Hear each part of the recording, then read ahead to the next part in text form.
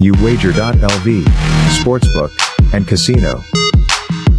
Sign up today at uwager.lv, the premier online sportsbook, taking wagers since 1998. The most player-friendly lines, weekly juice specials, and a true dime line in MLB. Unique casino platforms with thousands of games. Play poker, high stakes, low stakes, or tournament play. uwager.lv, what we offer. Free same-day payouts. Customer service and wagering support, 24/7, year-round. Free monthly rebates on your action and daily casino rebates. Contests, free bets, best bonuses, and giveaways. Generous referral program. Get an 80% free play bonus on your first deposit, up to $1,000. Sign up today, and use promo code SPORTSWEB. Remember, you can't win if you don't play. Are you an athlete or professional struggling with life or career transition? Life isn't always easy, but hope is always present. Best Hope Counseling will help you move forward. For nearly a decade, licensed marriage and family therapist Larry Baumgartner has helped clients empower change and discover solutions using a solution-focused therapy approach. Conversations will focus on what you desire to change, not just the problems that brought you into counseling. From anger to depression or other emotions, Best Hope Counseling is there for you. Contact Larry personally on his direct line at 727-946-1346. Again, 727-946-1346 for a telehealth appointment in Florida and Minnesota, or in person an appointment in Minnesota. Take time out and begin your game plan to reconnect, rebuild, and restore happiness in your life. BestHopeCounseling.com.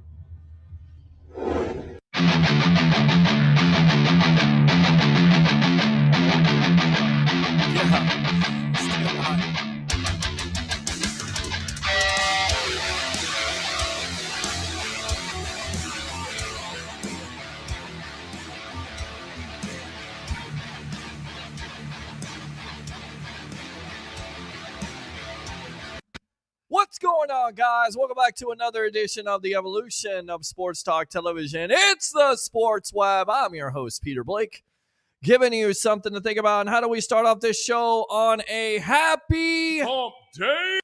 Bring your passion, bring your excitement. Just don't bring any nonsense. On tonight's show, we'll talk about, of course, your Tampa Bay Buccaneers win. Tampa Bay Buccaneers win over the Minnesota Vikings 20-17. Haven't done this in a little while, doing the other shows, so I'm so used to that.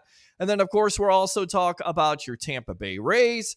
We're supposed to have turnbuckle talk tonight, but no Ralph Williams and no Mark Mancini. So we'll still talk wrestling with you.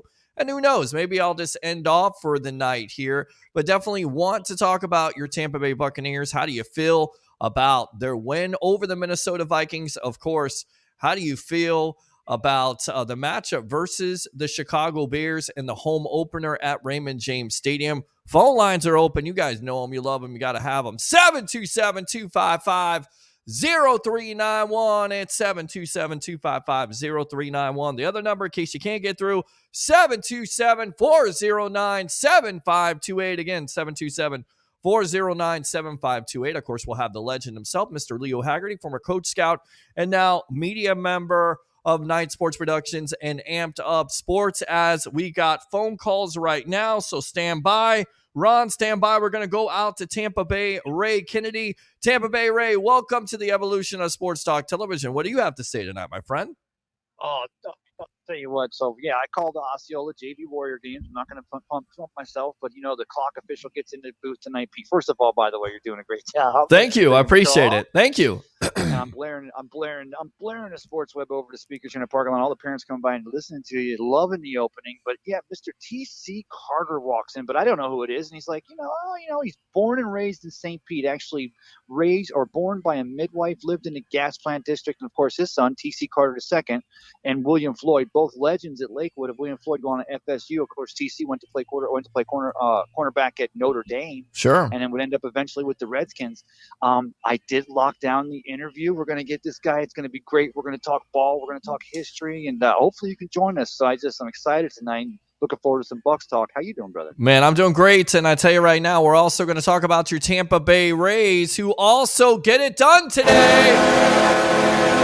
2 out of 3 over the Minnesota Twins. Last check, the Baltimore Orioles are actually losing. They are losing to the St. Louis Cardinals 1-0. So we'll see if the Cardinals can hold on. That would be the second straight loss. And, of course, the Rays getting ready for a 4-game set tomorrow, starting, of course, tomorrow night. What do you think about the Rays really quick? And then I'm going to run to the Marine here. Well, and I'm going to get on later if I get a chance. I sure. want to come on, but absolutely. This isn't the same team that got beat by all those National League teams throughout the summer. This isn't the same team that Baltimore, the Orioles, have had their number this year. This fourth set isn't a make or break on the season, and this Rays team is built to possibly do it from the wild card or the divisional win series. But, yeah, I definitely think we're going to see this Rays team that shows up for this 4-game set in Baltimore is not the same one we saw this summer, and that's exciting. It is exciting. All right, I'm going to go ahead and give you the Macho Man. Ooh, yeah. Appreciate the call, Mr. Tampa Bay Ray Kennedy. We'll see you later, my friend. All right? All right, brother. Talk to you soon. All right, let's go out to Mr. Ron Bucs. Fantastic. We just call him the Marine here in the Tampa Bay area. Welcome to the Sports Web, and then we're going to get out to Leo Haggerty. Go. Hey, Pete. How you guys doing tonight? What? Hey, Pete, what's going on, buddy? Feeling great. Feeling great. It's been a good week. Great win. Start the season out. I don't know. Do you think? Well, I hope Harry's listening. Harry's listening. He'll be on in just a little bit here. He'll be talking about the Chicago Bears. We'll get on with Leo. We'll talk with him about that matchup. But you want to talk about the Bucs and Vikings game really quick? Is that what you want to call about? Well, yeah. I mean, and that one's in the rearview mirror. Okay. But I think this team can keep ascending and building off that. So, Harry, if you're listening. Pretend like I'm right on with you, and I want you to talk about a lot of the inaccurate intel that I pretty much don't have on the Bears. Okay. And tell me how these matchups are going to affect the potential game outcome. Okay. I'm feeling good about it, and I think we better win because coming up next we have the Eagles and the Saints. I don't know about you. I mean, the Eagles, you would have to hope they come in playing stale. Sure. Saints could be like a coin toss. they won by 1 point to a team that I don't think is that great. But 1 week could be 1 point win, and another week could be a 20-point win. Even any given Sunday, my friend, any given Sunday, you're exactly right. The Saints survive Tennessee, winning 16-15. The Bears get their doors completely blown off. I could not believe that by the Packers with a new quarterback in Jordan Love, who I guess now owns them. We'll see how that transpires. I was disappointed because I thought the Bears will definitely going to be better than that, and they weren't, and they got plenty of problems. And it starts with Justin Fields, it starts with the turnover situation, and also starts with the offensive line. So they got some problems. But once again, it's Any Given Sunday, one of my favorite football movies of all time. And if you don't give your best effort for 4 quarters, you're liable to lose the game or get your doors blown off. Oh, that's so well said. Thank you. Appreciate it. And I know you like my rants too. So this defense was bringing it, man. This past Sunday. So yeah. Barring further injuries, which you always hope not, but it's part of the game. Sure. And the fact that Kancey seems to be never got over that calf. Let's just hope that this defense can ascend, man, and just build off what they did and keep being aggressive, because I'll tell you, that's going to make a big difference. Obviously the offensive side of the ball, I think a lot of people have this built perception or persona that Mayfield is just not it. But I don't think that's a fair, because maybe he knows this is his last big time shot. Yeah. And he's going to give it his all, and providing he has the line that pretty much, does their job. I mean, nobody's perfect, but if they pretty much stay, just stay gritty in there, and they can get some of the running game going here and there, and our weapons that we have, I think, we could shock a lot of people, Pete. I don't think it's a shock on this show, because I've been telling you they have the talent, but you're exactly right. Again, the national narrative was out there that the Bucs were supposed to be a 2 or 3 win team, and it remains to be seen. But once again, they have lots of talent on both sides of the ball, and I think Baker is the perfect quarterback for this team right now. Great stuff, Maureen. Let me go ahead and give you the Ric Flair. Woo! Appreciate you as always. Use that second call if something is on your mind, my friend. All right? Later, buddy. Thank you. Later, buddy. There we go right there. I want to tell you about a deal, because everybody's like, you get credentialed to games. Do you have any tickets? And I always say, no, I get credentialed to games, so I'm lucky to get credentialed. But here's what I do have for you guys tonight. Actually, ticketsmarter.com. Put in SportsWeb10. You get $10 off an order of $100. So say you get 2 tickets at $100 for both of those. You get $10 off if you put that code in there, SportsWeb10. Again, TicketSmarter's technology gives you the most competitive pricing on the secondary market. So why not take advantage of it? Think smarter, think TicketSmarter, and once again, tell them the SportsWeb sent you. And how do you do that? SportsWeb10. If it's a bigger deal, SportsWeb20. So there you go. Without further ado, let's go ahead and go out to one of our guests tonight, Mr. Leo Haggerty. Here we go.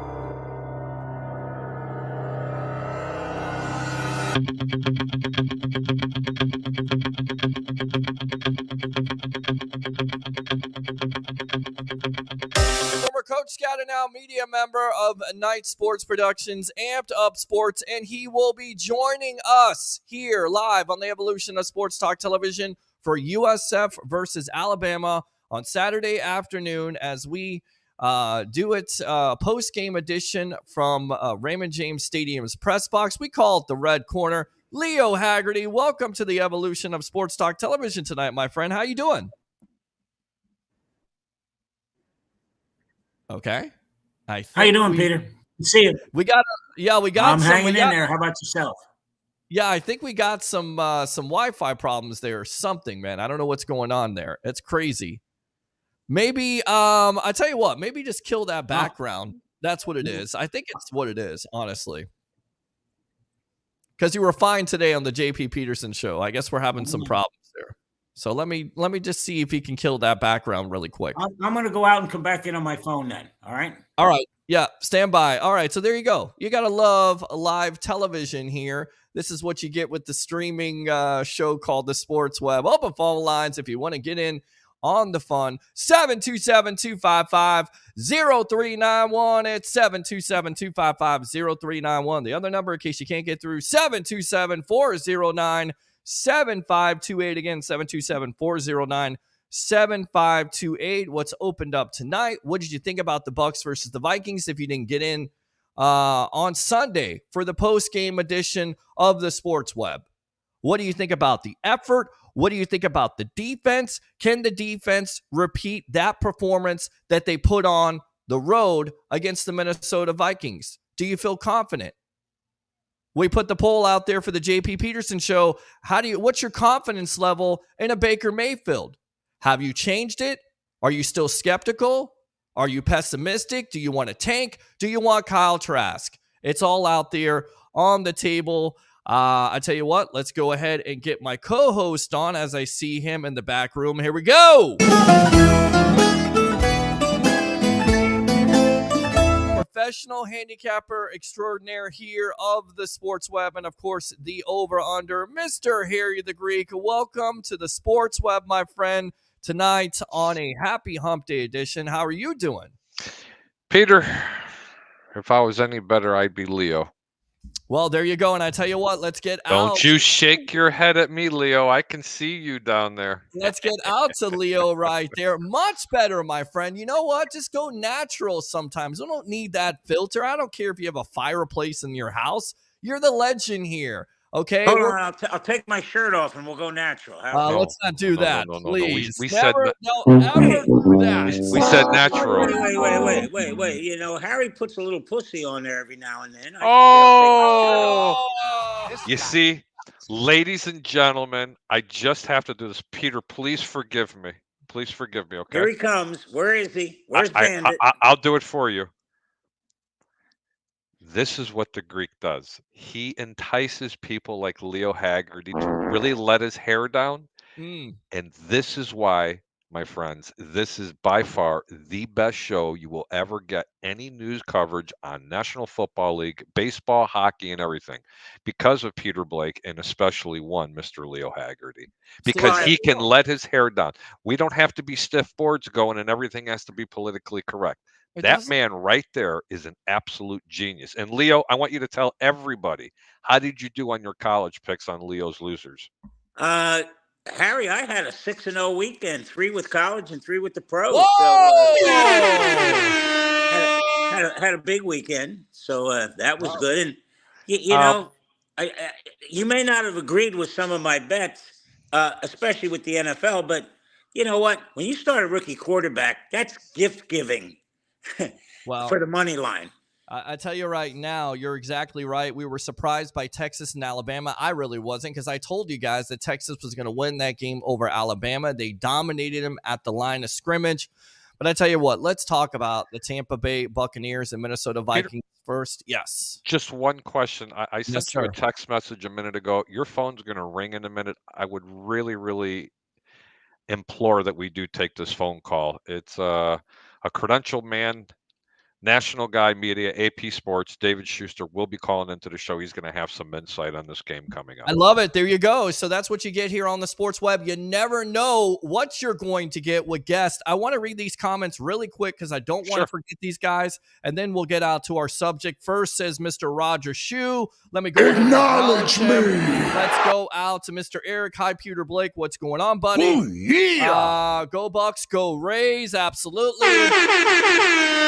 Roger Shue says, welcome everyone. Roger Shue, again, if we hit 100 likes, Pete will give away $100 to a webhead. You know what? If we get 100 likes, if we get more views on YouTube than we get on Facebook, I'll give you $100. How about that? Oh, yeah. Courtesy of Leo Haggerty. There you go. Courtesy of Leo Haggerty. Exactly. Systematic series with the O's. We'll get back to that in a moment. Of course, 4-game set.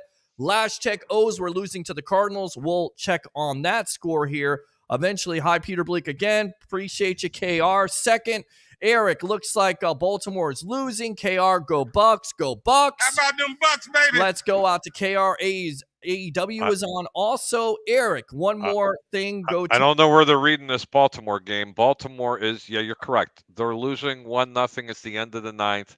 They actually won the game. St. Louis won.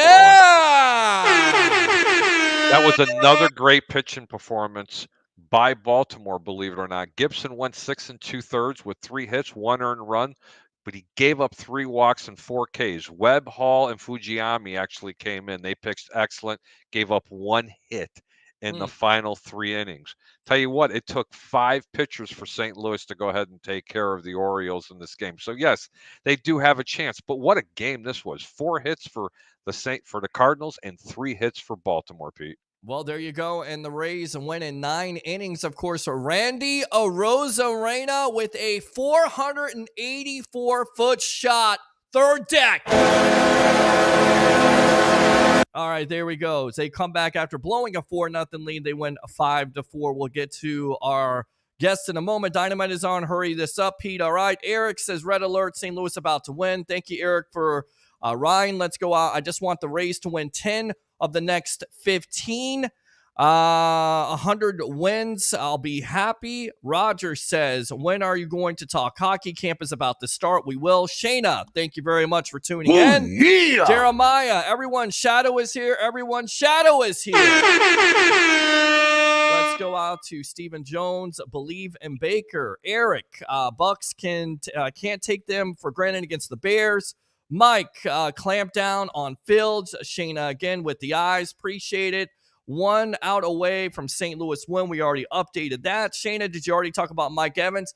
We have not, sweetheart, but we will just for you about the Mike Evans situation. I think once Fields gets settled a bit, he will be fine. You're right. We can't take them for granted, but it's football. Someone wins, someone loses. I'm excited about next generation of young quarterbacks.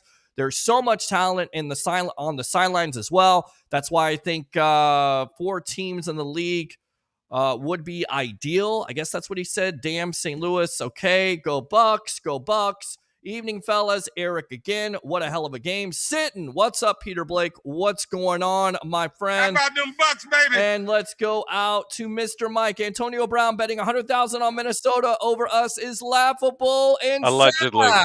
This guy sucks. Allegedly. And January 27th, 2024, Tropicana filled WWE Royal Rumble.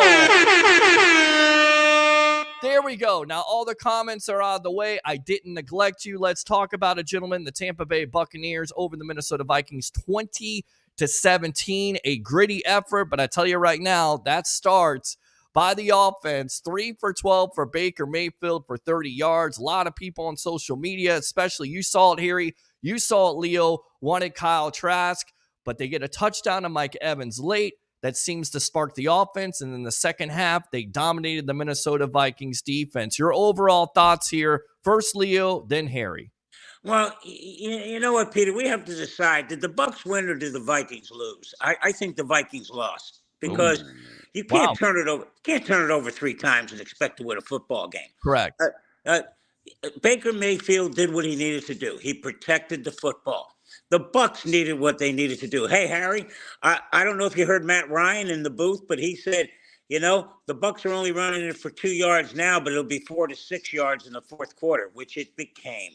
That was huge. You know, run the ball. I like how Leo deferred to me on that one. I love that. Well, of course. Yep. And Harry, you've been a proponent, Leo word, of running the ball. That's exactly what they did. In fact, they ran it 33 times total, passed the ball 34 times. I say that's balance, my friend. And it's perfect balance. Peter, great segue to get me back into it. Leo, thank you very much. But let me be very clear when I say this. The Buccaneers opened up that game with 3 consecutive passes. Had they ran it twice, they would have actually ran the ball more than they passed the ball. Leo, kind of agreed with you. Minnesota lost the game. Tampa didn't win it. Nope. Tampa took it to them. You can say the same thing about the New York Jets. How many interceptions did Buffalo throw? Did New York earn it? Or did Buffalo lose it? Right. Correct? Exactly. Okay. So here's what I'm going to say on this. I love the fact that Baker Mayfield was a gamer. And I got to tell you, I don't know what show I was on, but I was talking to somebody, and they compared Baker Mayfield to one Jim McMahon. I want you I get this, okay? And I was like, no, Baker Mayfield's not even the same zip code. But if you really think about it, the mentality and the gamemanship that they show out there, the willingness to throw their body around all over the field just to be able to get that first down, i.e., when he went ahead and smashed and pancaked the corner or safety that he was coming up on him and decided instead of running out of bounds, he's going after the guy. That's a willingness, and that's a team that wants to win. They are playing really good football, especially running the football. You're correct. But I think Tampa really, you're right, Minnesota kind of gave them the game, but Tampa took advantage of it because of that staunch defense. But, ladies and gentlemen, I got something for you. Yeah. The Buccaneers, does anybody remember what the line was going into Minnesota? I know you two do. But the game was -5. In some cases, they were +5 or even +6. That's how much and how little respect that pundits around the National Football League were giving this team to even beat the Minnesota Vikings. But you heard it here. We thought that this can happen, but I gave out the over in that game. So let me bring you back to reality. How good is this Bucs team? Well, how bad was this Bears team when they played Green Bay? Do you know that this game opened up that Tampa was only -3 and favored by 3 at home? That means if Tampa was on the road in Chicago, it would be a pick'em game. Oh, get this. That was yesterday. Today, Tampa's only -2.5 to win the game. That means if the Bucs were in Chicago right now, that they would be an underdog. I don't know what TV they're watching, and I have no idea what was going on. Chicago looked like they could play with Green Bay and beat them at halftime, and then they fell apart in the second half. Tampa looked very pedestrian-like in the first half and then took off in the second half. Leo, I'm going to defer to you. What are you thinking? Well, I'll tell you what, gentlemen. Why is this game 2.5 points? Hold up a minute, because we got credentialed Chicago media, a Chicago legend. Is he on? My man is on. Mr. David Schuster, welcome to the Evolution of Sports Talk Television, my friend. How you doing tonight? I'm doing great, guys. Hopefully you can hear me. I'm in my car, and I'm on my car speaker. So hopefully you can hear me. Hey, we appreciate the time, my friend, absolutely. And I think around Chicago, there was definitely some disappointment because a lot of high expectations for the Bears and the way they played against the Packers on Sunday definitely didn't fulfill those expectations, right? Well, I'm not one of those people who had any expectations. I mean, at best, I saw them as at best a 7-win team season. And now, after watching them the other day, I think they'll be lucky if they get to 5, to be honest with you. Their offensive and defensive lines are terrible. Those are areas that supposedly they were going to be improved, and they're not. Yeah. Justin Fields, I hate to say it, but the jury is still out on this guy. Even myself, I can't figure out which direction to go on this guy. Right now, it's not pointing up, that's for sure. But, there's a long season still ahead of him. The wide receivers, Chase Claypool, and if you take a look at some of the videotape, he decided he didn't feel like blocking the other day. And honestly, the coaches might just bench him accordingly for his lack of blocking in the other day. The running backs are pedestrian at best. This is just not a good football team. And Green Bay did not play that well. Jordan Love had the 3 touchdown passes, but honestly, his completion percentage was barely over 500, over 50% rather. And so he really didn't do that much. He was never pressured all day long. So, the Bears are a mess. I wouldn't favor them even against Northwestern. Wow. David, do you get the sense that the organization is kind of teetering on the fact of Fields being a franchise quarterback? Because, look, if they win 4 or 5 games, they're going to have some draft capital. You also look at the 2024 draft class. It's pretty good. So do you feel like this organization could be teetering on moving on from Fields if he continues to play the way he has? 100%. They're not the ones who drafted him to begin with. This is a new administration, new coaching staff. They inherited him, and still, again, the jury's out, and they're going to give him a chance, obviously. They're trying to build around him, but if he doesn't fulfill the promise of a franchise quarterback, guys, they're not beholding to him. And listen, not only are they going to have their own likely high draft pick, they got Carolina's number 1 also, and Carolina's not going to win very many games either. Harry, you got a question? No, of course I do. Hey, man, thank you so much for calling in, Dave, especially on such short notice. And I know you're constantly watching this team. Your ears to the grindstone. Your ears to the ground. You know everything that's going on up there. I know exactly what you're talking about with what was going on with Chase Claypool. And I don't know if you've heard this and if this is a rumor or maybe you can shed some light on it. But is it true that Matt Eberflus is married into the McCaskey family somehow? No, I've read this a couple of times. I have to ask somebody, because if that's the case, this organization really has to do a checkup from the neck up. Well, that sounds like a YouTube conspiracy No, to me. I'm asking David. I mean, David, have you heard that as well? I have not heard that. This sounds like one of those 6 degrees of separation from Kevin Bacon. I'm not really sure about this one. I had never heard that one until you just uttered it, Harry. So I'm in the dark on that one. I don't really know that one. Okay, well, my opinion is this. I know they didn't. I know they inherited, Justin Fields, and I still think that he can pan out this year. And I think they're not giving him a lot of credit. That play calling, especially on 3rd and 4th down, and I don't even have to tell you what 2 plays they were. You already know you were at the game. That was ridiculous. That's when the game was actually just saying they were surrendering it to Green Bay. They were like, okay, just eventually just go ahead and outplay us.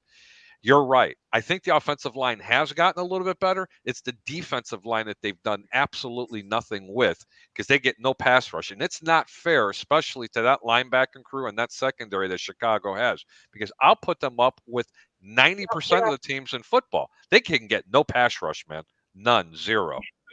If you don't have a pass rush, you're down at halftime almost before the game starts, honestly. The other thing offensively that sort of stood out to me, and a lot of people said, well, it's only one game. Yeah, but the opening game of the season is the one that you game plan for months and months, because it's the longest one time that you have to game plan for. And they had no game plan on either side of the ball, seemingly. Luke Getsy, who was supposedly a genius with Aaron Rodgers while up in Green Bay, I mean, that was so unimaginative offense the other day that, I don't know, did he leave his playbook behind in Green Bay? I mean, they were bad across the board again.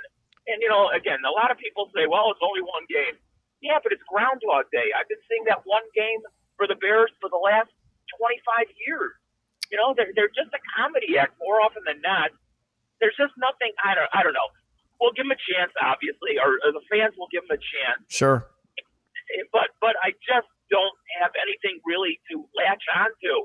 They got DJ Moore. They hardly threw the ball to him at all. I mean, they have no vertical passing game. I mean, what's to get excited about? Nothing. It's tough right now for a Chicago Bear fan. Leo, I know you've got some questions about the Chicago Bear matchup there with Tampa Bay on Sunday. Go for it, legend. Well, I agree with Harry. I don't know what the daggone lines makers are seeing in this. I got this game probably a double-digit win for the Bucs. I saw just a terrible performance by the Bears. And again, I think the biggest problem in Chicago is their draft evaluation is just ludicrous. Remember, this is the team that took Mitch Trubisky over a couple guys that are pretty darn good quarterbacks now. Right. And that was... And again, I said that back then. That was a different regime, though. Huh? Yeah. That was in a different regime, and I have to say this. I understand it was 3, and I was like, boy, that's a gift. People should just jump on Tampa being -3 in this game, because this game's going to go 5, 6, and maybe even 7. This game went the other way, David. This thing went down to 2.5, and the only thing that I can think of, and this is the only thing I can think of, is that the Bears needed to get that first game out of the way. I mean, I guess they were Aaron Rodgers and the Green Bay Packers in their prime, because they barely played their first string offense, let alone their first string defense in the entire preseason. Are they thinking that this team's going to come out and be a lot better? I'm sorry. John Fox's offense from 5, 6, 7 years ago looked more imaginative than what we put out there this week. Scary. That's a scary proposition right there. It's interesting because Matt, the former Matt Bears head coach, who's now in Kansas City, of course, he rested his players in the preseason, and they laid an egg in their first game. And then, they've never really got their mojo going until about the 3rd or 4th game, because they took no reps in the preseason. I know the preseason is dangerous about getting your guys hurt, and there's only 3 as opposed to 4 games like there was in the past. But you got to play your guys at least a half to get them some game reps. And once again, this coaching staff, Matt Eberflus, didn't do that at all. And so, yeah, they looked rusty on top of everything else. So yeah, let me jump in on that, because the media is the biggest problem here. Dave Alexander and I have talked about this ad nauseum because nobody wants to stand at the podium and have a major player hurt in preseason, have every media member go, why are you playing him in the preseason? And here's the mentality problem, guys. The NFL, they're not going to care about anything the first 2 or 3 weeks of the season. You know why? They know they can get into the playoffs with 10-7, 11-6. So, yeah, it's an important game. Every game's important. But early in the season, you're seeing bad tackling. You're seeing guys that haven't played a full game. It's going to take them 2-3 games to get into football shape. And I really believe the media caused this simply because they don't want to stand in front of a podium and say, well, I played this guy to get him in shape. Well, why'd you play him? Because the game didn't matter. That's a problem. Hindsight's 2020, but gentlemen, honestly, do you not play your starters in the preseason when you're a team that won 3 games with the first overall pick? David, I defer to you on this one. What were they thinking up there? Well, and Harry, and on top of that, they have a lot of new players that they're integrating both offensively and defensively. Yep. And let me backtrack. First of all, the media, I get so sick and tired. The media's not at fault at anything. The media doesn't run. The media doesn't tackle. The media doesn't throw the football. So that's a bunch of BS. No, but the media does put the questions out there, and that's the problem. BS. No. You're not looking at what's happening. That's why people are resting these guys in the preseason, because they don't want to get hammered and accused of why play a guy in a game that doesn't matter. They're willing to play the first three games of the regular season as their preseason. That's the problem. Yeah. Obviously, you have not watched the Bears for years. I have. So That's true. Next up. I don't know what to think anymore, David. I mean, it's just it's almost mind-boggling. It's not so much that. I mean, I love the fact that Tampa's hosting the Chicago Bears. I live down here. I'm going to be able to go see the game, but I, for the life of me, cannot figure out why Tampa is not only a 2.5-point favorite and the money is leaning towards Chicago. It's almost laughable. It's so laughable that I am going to probably announce tonight that you can't bet the game, because I fear if you're going to try to take the home favorite in this game, that it might be a trap game. I don't know what Vegas is seeing, and I'm looking at both sides for the injury reports. The only thing I'm seeing for the Bears is that Chase Claypool could be in this dog shit house, pardon my expression, because of the lack of play that he made. And I'm not seeing any significant injuries for the Tampa Bay Buccaneers. And this is what I'm trying to figure out why. I don't get it. Remember, Harry, this is the same group of people that picked the Bucs to win 2 games, 3 games, 5 games. And I don't know what they're seeing there either. So I hate to think it's a trap game. I think it's a gift game. Say, hey, take the Bucs, jump on now. David, I tell you what, talk about Claypool. They trade a second-round pick for him. I mean, how disappointed do you think this organization is, not only in his play, but his effort? You know, play is one thing, but if you're not showing effort when it comes to, blocking, and we always talk about this down here with the Bucs, with Chris Godwin, what makes him so great is not only can he run, great routes, but also he blocks, he gives great effort. How disappointed do you think the Bears are in his effort? Well, I know they're disappointed in his effort in the opening game. I will tell you this. He did have an injury during the preseason, and they did baby him during training camp. And he did work out pretty hard with Justin Fields, and not only with a lot of the team-organized practices, but even away from the team. They did work out a lot. So really what he did on this past Sunday is disappointing, only because, listen, if you're healthy enough to play in the game, you're expected to play at 100%. But when you don't show the effort, and listen, some of the video, he's standing in front of guys that he easily could have blocked, and he just almost said to himself, nah, I don't feel like it. That's what it looked like. Yeah. So I don't know what's in the coach's head, to be honest. They never tell you anything anyway. They're never really honest. Although Eberflus today did say that, he's going to keep his options open. So we'll see what happens in practice the rest of the week, and we'll see what happens on Sunday. David, I got to ask you about Roshan Johnson. I saw some flashes of brilliance with him. The kid out of Texas. What is he? A 4th-round pick? I mean, he looks rounder. like Steal the draft. Looks like a tank. Looks like he could be your number 1 back. That's the reason why you guys moved on from Deontay Foreman. What do you know about this kid, and what kind of threat do you think he could pose against this Buccaneer defense that did a pretty good job of stopping the run versus the Vikings? Foreman's still a Bear, by the way. Oh, he is still a Bear? Okay, my bad. Okay. Yeah, I mean, the Bears starting running back right now is Khalil Herbert. But, the kid is moving up very quickly. He got, some carries towards the end of the game on Sunday. But by then, to be honest with you, I was already downstairs, so I didn't really see too many of those. But I think he's their future. He's big. He's strong. I think he's fast. So I think he is their future. But for right now, he's basically playing behind Khalil Herbert.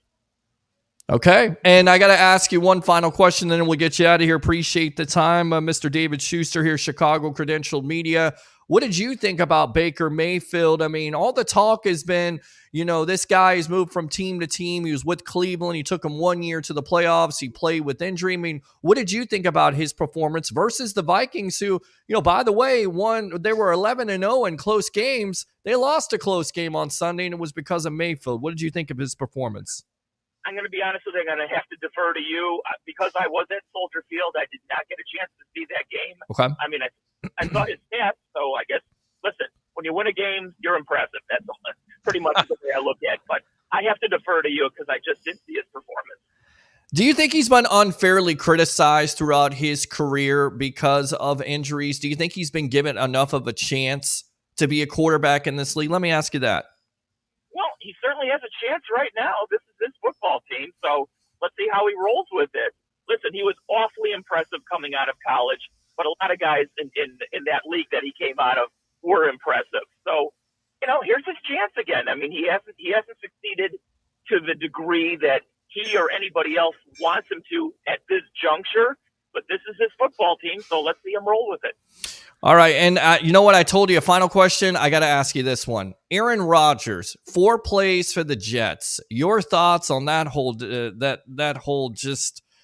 It's a disappointing situation, and I know how Chicago Bear fans feel. Not for Chicago fan, Pete. Right, but you got to be sad about it. I mean, we were crying in our beer. David, please take off on that question. Yeah, go for it, David.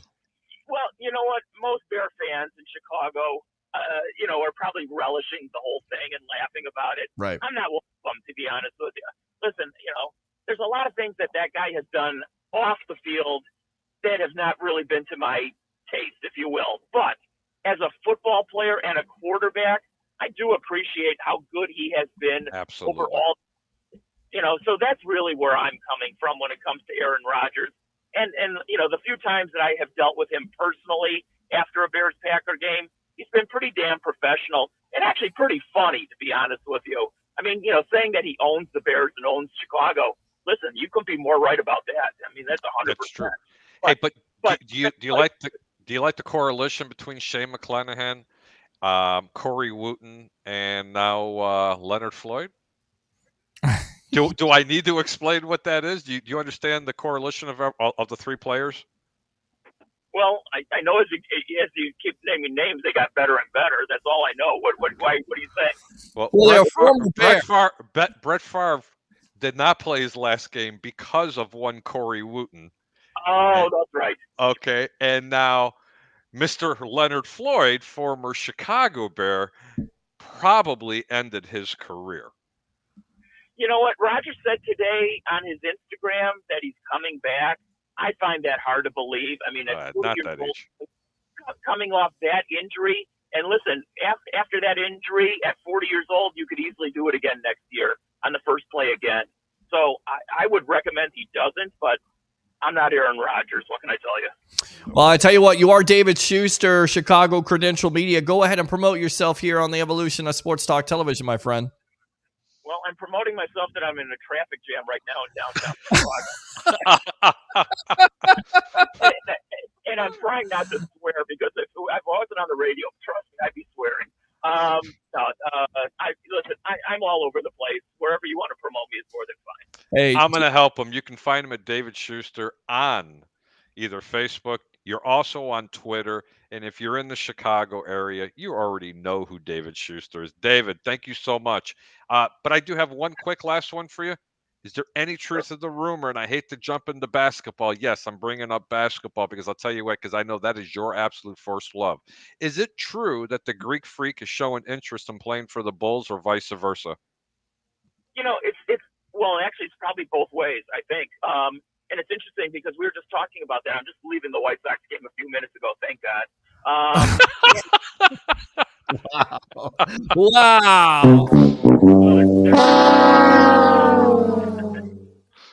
You know what? Giannis will be 31 at that point because he's got 2 more years on his contract, and obviously he's going to finish that out in Milwaukee. At 31, and he'd probably command another $45-50 million contract. Zach LaVine will still be under contract for another $45 million. Is Zach LaVine and Giannis Antetokounmpo going to win you a championship? I don't know. But like I said, at that point, he's 31 years old with a lot of miles on his body. Does he really want to be out of Milwaukee? Yeah, I think probably at that juncture he probably will because he's not going to win another championship there, I'm guessing. Would the Bulls likely take him on? Yeah, I guess they would because stars do win in the NBA. But again, at 31, if that's what you're hoping to build a championship around, a guy who's got a lot of miles on his body, I'm not so sure that's the way to go myself. But yes. Last but not least, how many home games in Chicago when Michael Jordan was playing did you actually miss at the stadium? I doubt I missed one. I doubt it. Got it. Wow. Great stuff, David. I wanted to throw that out there, especially to Leo. Leo, wouldn't that have been awesome to be able to sit on the sidelines, side court, with Michael Jordan, watching the games and actually doing that? That's just phenomenal. I envy you, David. Well, I hate to say this, but I missed a couple of my children's birthdays because both of them are in June when the NBA Finals were ongoing. Wow. My children still love me, and they understood what was going on at the time. They forgive you. It was Michael Jordan. Well, that's dedication right there. David, thanks a lot for your time here on the Sports Web, my friend. All right? Anytime, guys. All right, good stuff there. I mean, give you some insight. I want to go back out to Leo here because I know what you're kind of talking about with the media because you're somewhat right because you don't want you to deal with that because the coach would have to, basically the media that would be the first question. Why did you play that player? And just imagine here, Leo, that if the Jets did play Aaron Rodgers more because he already had a calf injury, so there was already a red flag out there. If you played Aaron Rodgers more and he gets hurt, then Robert Saleh is answering questions from media members for the next week and a half. So I get it. And it's the only question they're going to ask him. And again, if the NFL didn't play 17 games, okay, they only played 12 like in college. Now all of them become important. But you can really use the first 2 or 3 games as your preseason because if you come out 2-1, even 1-2, you just got to win one of them. You still got 14 ahead of you. Yeah. So I really believe that that's what's happening, that they're not playing these people because they don't want to sit there and just get crucified and vilified for playing a guy in a game that doesn't matter. All right, I want to go out to the comments here really quick. Ryan Turner says, sorry about the typos. Wow, that's okay. You feel me, though? Absolutely. I'm going to call her Shayna Honeycombs. I like her. I like her name. I always like when somebody tunes in off of YouTube there, especially a woman. It's always good. Fields is still running for his life as we speak. Jeff says, Harry Bird. The White Sox referring to Eberflus's comment. That's what it was. Now I feel like a moron. But can you imagine that? I mean, he's married into the family. I mean, come on. Yeah. Ryan says they could end up for 75 yards rushing when he gets more comfortable. We will see. He is a young quarterback. Ryan, again, I take Tampa for the spread. Our defense will get it done. We will beat them by 10, I hope. Eric says take points by Bucs over. Ryan says at least 6 points, maybe 10. Eric again, yep. Eric, Chicago wins. It'd be crazy. Roger Sue says, put your money on the Bears. Acknowledge me. And let's go out to Ryan Turner here. If Chicago comes out hot in the first quarter, they will win. I think they're just adjusting. We'll make the playoffs. I mean, look at Burrow last week. It truly, think about these teams that are playoff bound. I tell you what, let's talk about quarterback play. How surprised were you guys? Leo first, Joe Burrow and his performance. You get that big time extension, and then Cleveland. And I get it; they got Myles Garrett and Jadarius Smith, but this was not a good performance by Mr. Joe Burrow. No, it wasn't. But again, he hadn't played. Yeah, the weather was terrible. Yes. And just like Aaron Rodgers said years ago, relax. It's one game. It's one game. ELAX. Well, you see, we're seeing as we're talking about Aaron Rodgers. Leo, what was your thoughts on Aaron Rodgers? 4 plays in the game, so many expectations about the Jets not only being a playoff team, playoffs, but a Super Bowl contender, and now he's basically done for the year. Do you think he walks off into the sunset and retires, or do you think he comes back? Because he was talking about it today on his Instagram, how he's heartbroken. I mean, what do you think of this overall situation, Legend? I don't see Aaron Rodgers walking away from the game after that. Okay. You're just not. If there's any way he can play another season, he will, because no one wants to go out on the golf cart. And that's what it was. And the funny thing is, I got to the game late, and, I turn on the TV and I go, wait a second, that ain't number 8 under center. What the heck's going on? Yeah. And nobody was saying anything. I had to go to Google on my phone and say, hey, Aaron Rodgers, oh, he's hurt. So, yeah, it's I think if he's any way possible he can come back, he will. I mean, Aaron Rodgers, I know what you think about Rodgers as a person. I know what you think, Harry, about the way he's dominated the Bears in his career. But you have to feel a little bit bad, seeing as the Jets put all that capital, all that draft capital. They got a defense around them, a run game. I mean, you got to feel somewhat bad, right, Harry, or maybe not. Hang on. Leo, can you see anything here? A tear. There's a tear in your eye, tear in your beer? Listen, I'm only kidding. I don't ever want to see anybody, especially someone of that caliber, to be hurt. Did I like him? No, not when he was a Green Bay Packer. I liked him I liked him less than what I liked Brett Favre. Brett Favre at least was an entertaining individual. I personally think that Aaron Rodgers is a pompous ass. Okay, yeah, I really do. And some of his antics were completely just uncalled for. When he left, when he left the Green Bay Packers and he went to the New York Jets, I truly was excited to see what this team was going to be able to do with surrounding him, not only with that defense, but with that offense and that running game. The offensive line was kind of suspect. I'm sure you guys noticed that in the first, 3 or 4 plays of the game. Yeah. I don't want to see the man go down like that, but let's backtrack to that Cleveland-Cincinnati game, Peter, shall we? Well, we shall, because you did say that you liked Cleveland. And no. I said not only did I like Cleveland, I said don't even take them with the points. I played not Leo loser. I played a Harry winner. You take the Cleveland Browns on the money line plus the 130. There was no talking about taking points in that game. Mm-hmm. Cincinnati got their ass handed to them, and I'm not expecting anything different this week, ladies and gentlemen. Wow. All right, little tease there. Eric, welcome to the Evolution. You're on with yours truly, along with Harry the Greek, professional handicapper extraordinaire, and, of course, the legend Leo Haggerty. Yeah. Yes. What's up? Man, I'm going to tell you, I already know why the Bucs is only 2.5. I'm going to tell you why. Okay. Oh, please tell us why. Tell me why. Because they know the Bucs play bad against to the competition level. So now you're saying that the Chicago Bears are not a very good football team? Well, what I think he's hold on, let me hear what he's saying. Okay. Because that is not a sign of a good. Be careful how you say that. I'm going to explain to you why. Because if you're saying that this team plays down to competition, those are teams that go absolutely nowhere. Leo? Oh, yeah.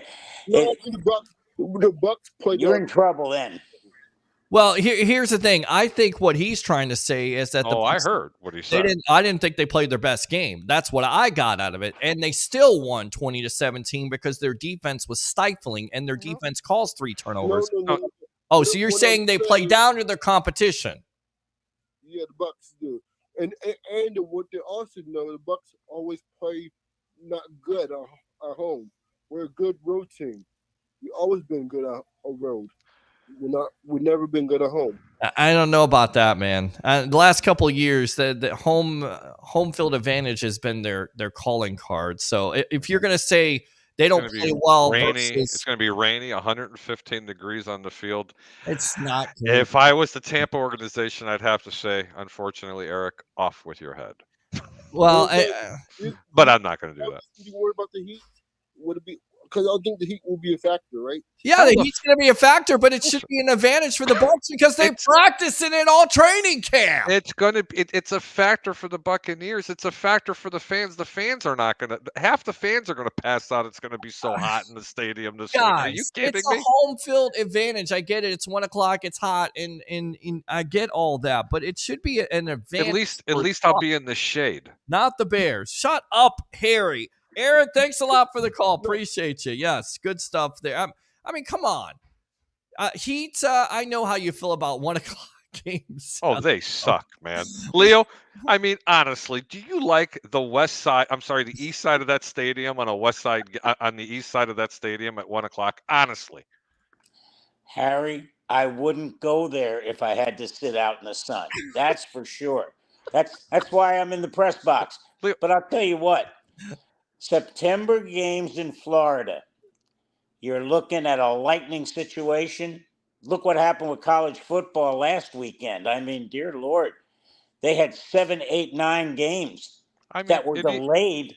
One game for like 6 hours. I mean, I don't know why the NFL schedules games in Florida during September because this game should have been flexed to a late evening game. There should have been shade.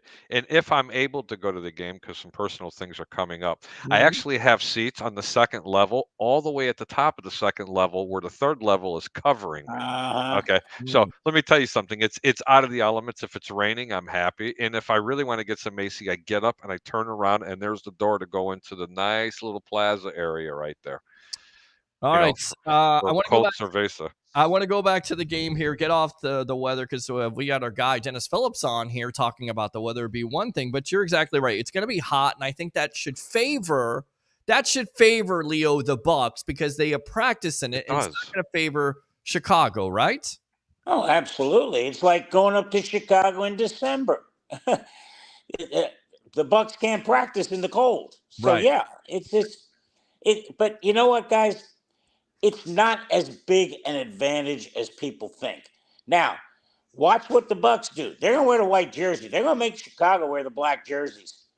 That's what's really a problem in the Heat because Chicago's wearing their orange. I heard they're wearing their orange jerseys. Well, that's good. That's at least somebody up there has some smarts. Yeah, tell me about it. I mean, I think David made them wear orange. Well, it looks like somebody definitely had some smarts on Sunday because Baker Mayfield supposedly knew the defensive signals from the Minnesota Vikings. In fact, during a Buccaneer Radio Network interview, Bucs running back Rashard White, in care of JoeBucsFan.com, said Mayfield figured out Minnesota's scheme by halftime.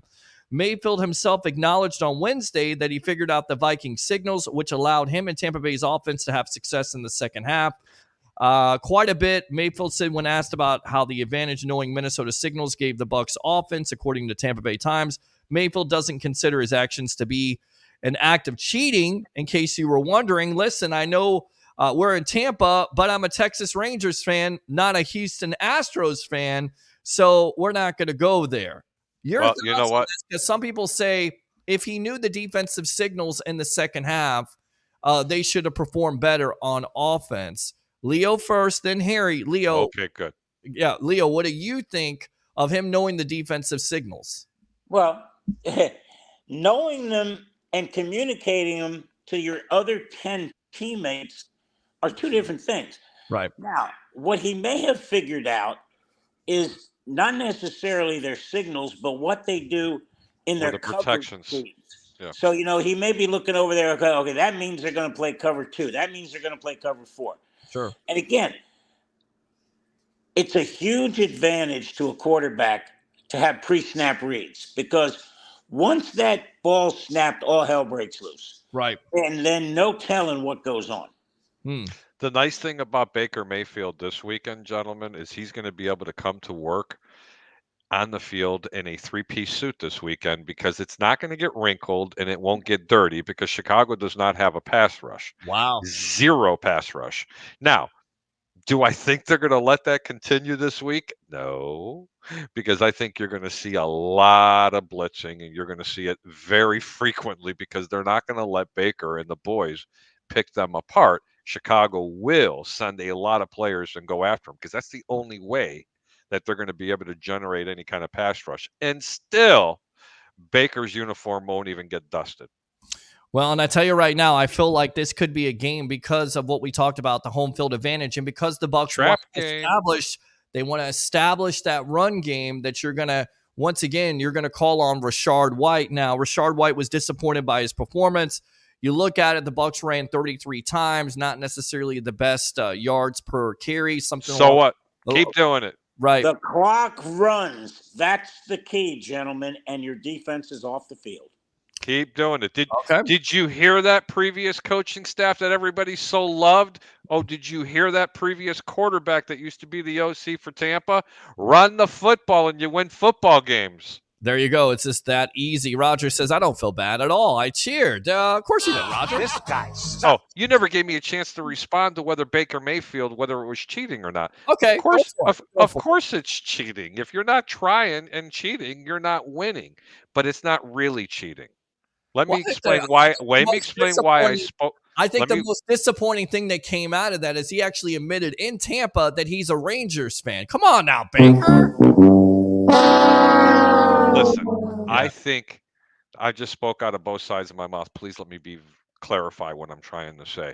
Please. I don't think that the entire offense in the Tampa Bay Buccaneers offensive coaches were staring at the defensive coaches and noticing, hey, they're going to be running this. Leo, you hit it dead on the head. Baker acknowledged what coverage they were going to be in. They didn't quite actually know where the protection. I'm sorry, they knew where to run their protection, but they didn't know where the blitzes were coming from. But they did know where the coverages were floating around. It was pretty obvious after I was watching the coaches tape on this again. But it's so far from cheating, it's not even funny. And if he's a Rangers fan, let him be. Next year, he'll be a Tampa Bay Ray fan. The guy grew up in Texas. Yeah, let him be a Texas fan for now. He hasn't been here long enough. He hasn't even gotten a contract yet. Calm down. He was at a Rays game. Guys, let's talk about the Rays really quick. How do we think they're ready? Do we think they're prepared for the O's, or do they have too many injuries offensively in that lineup, with Siri now going out for about 3 to 6 weeks with the fracture, and all the injuries to their pitching staff?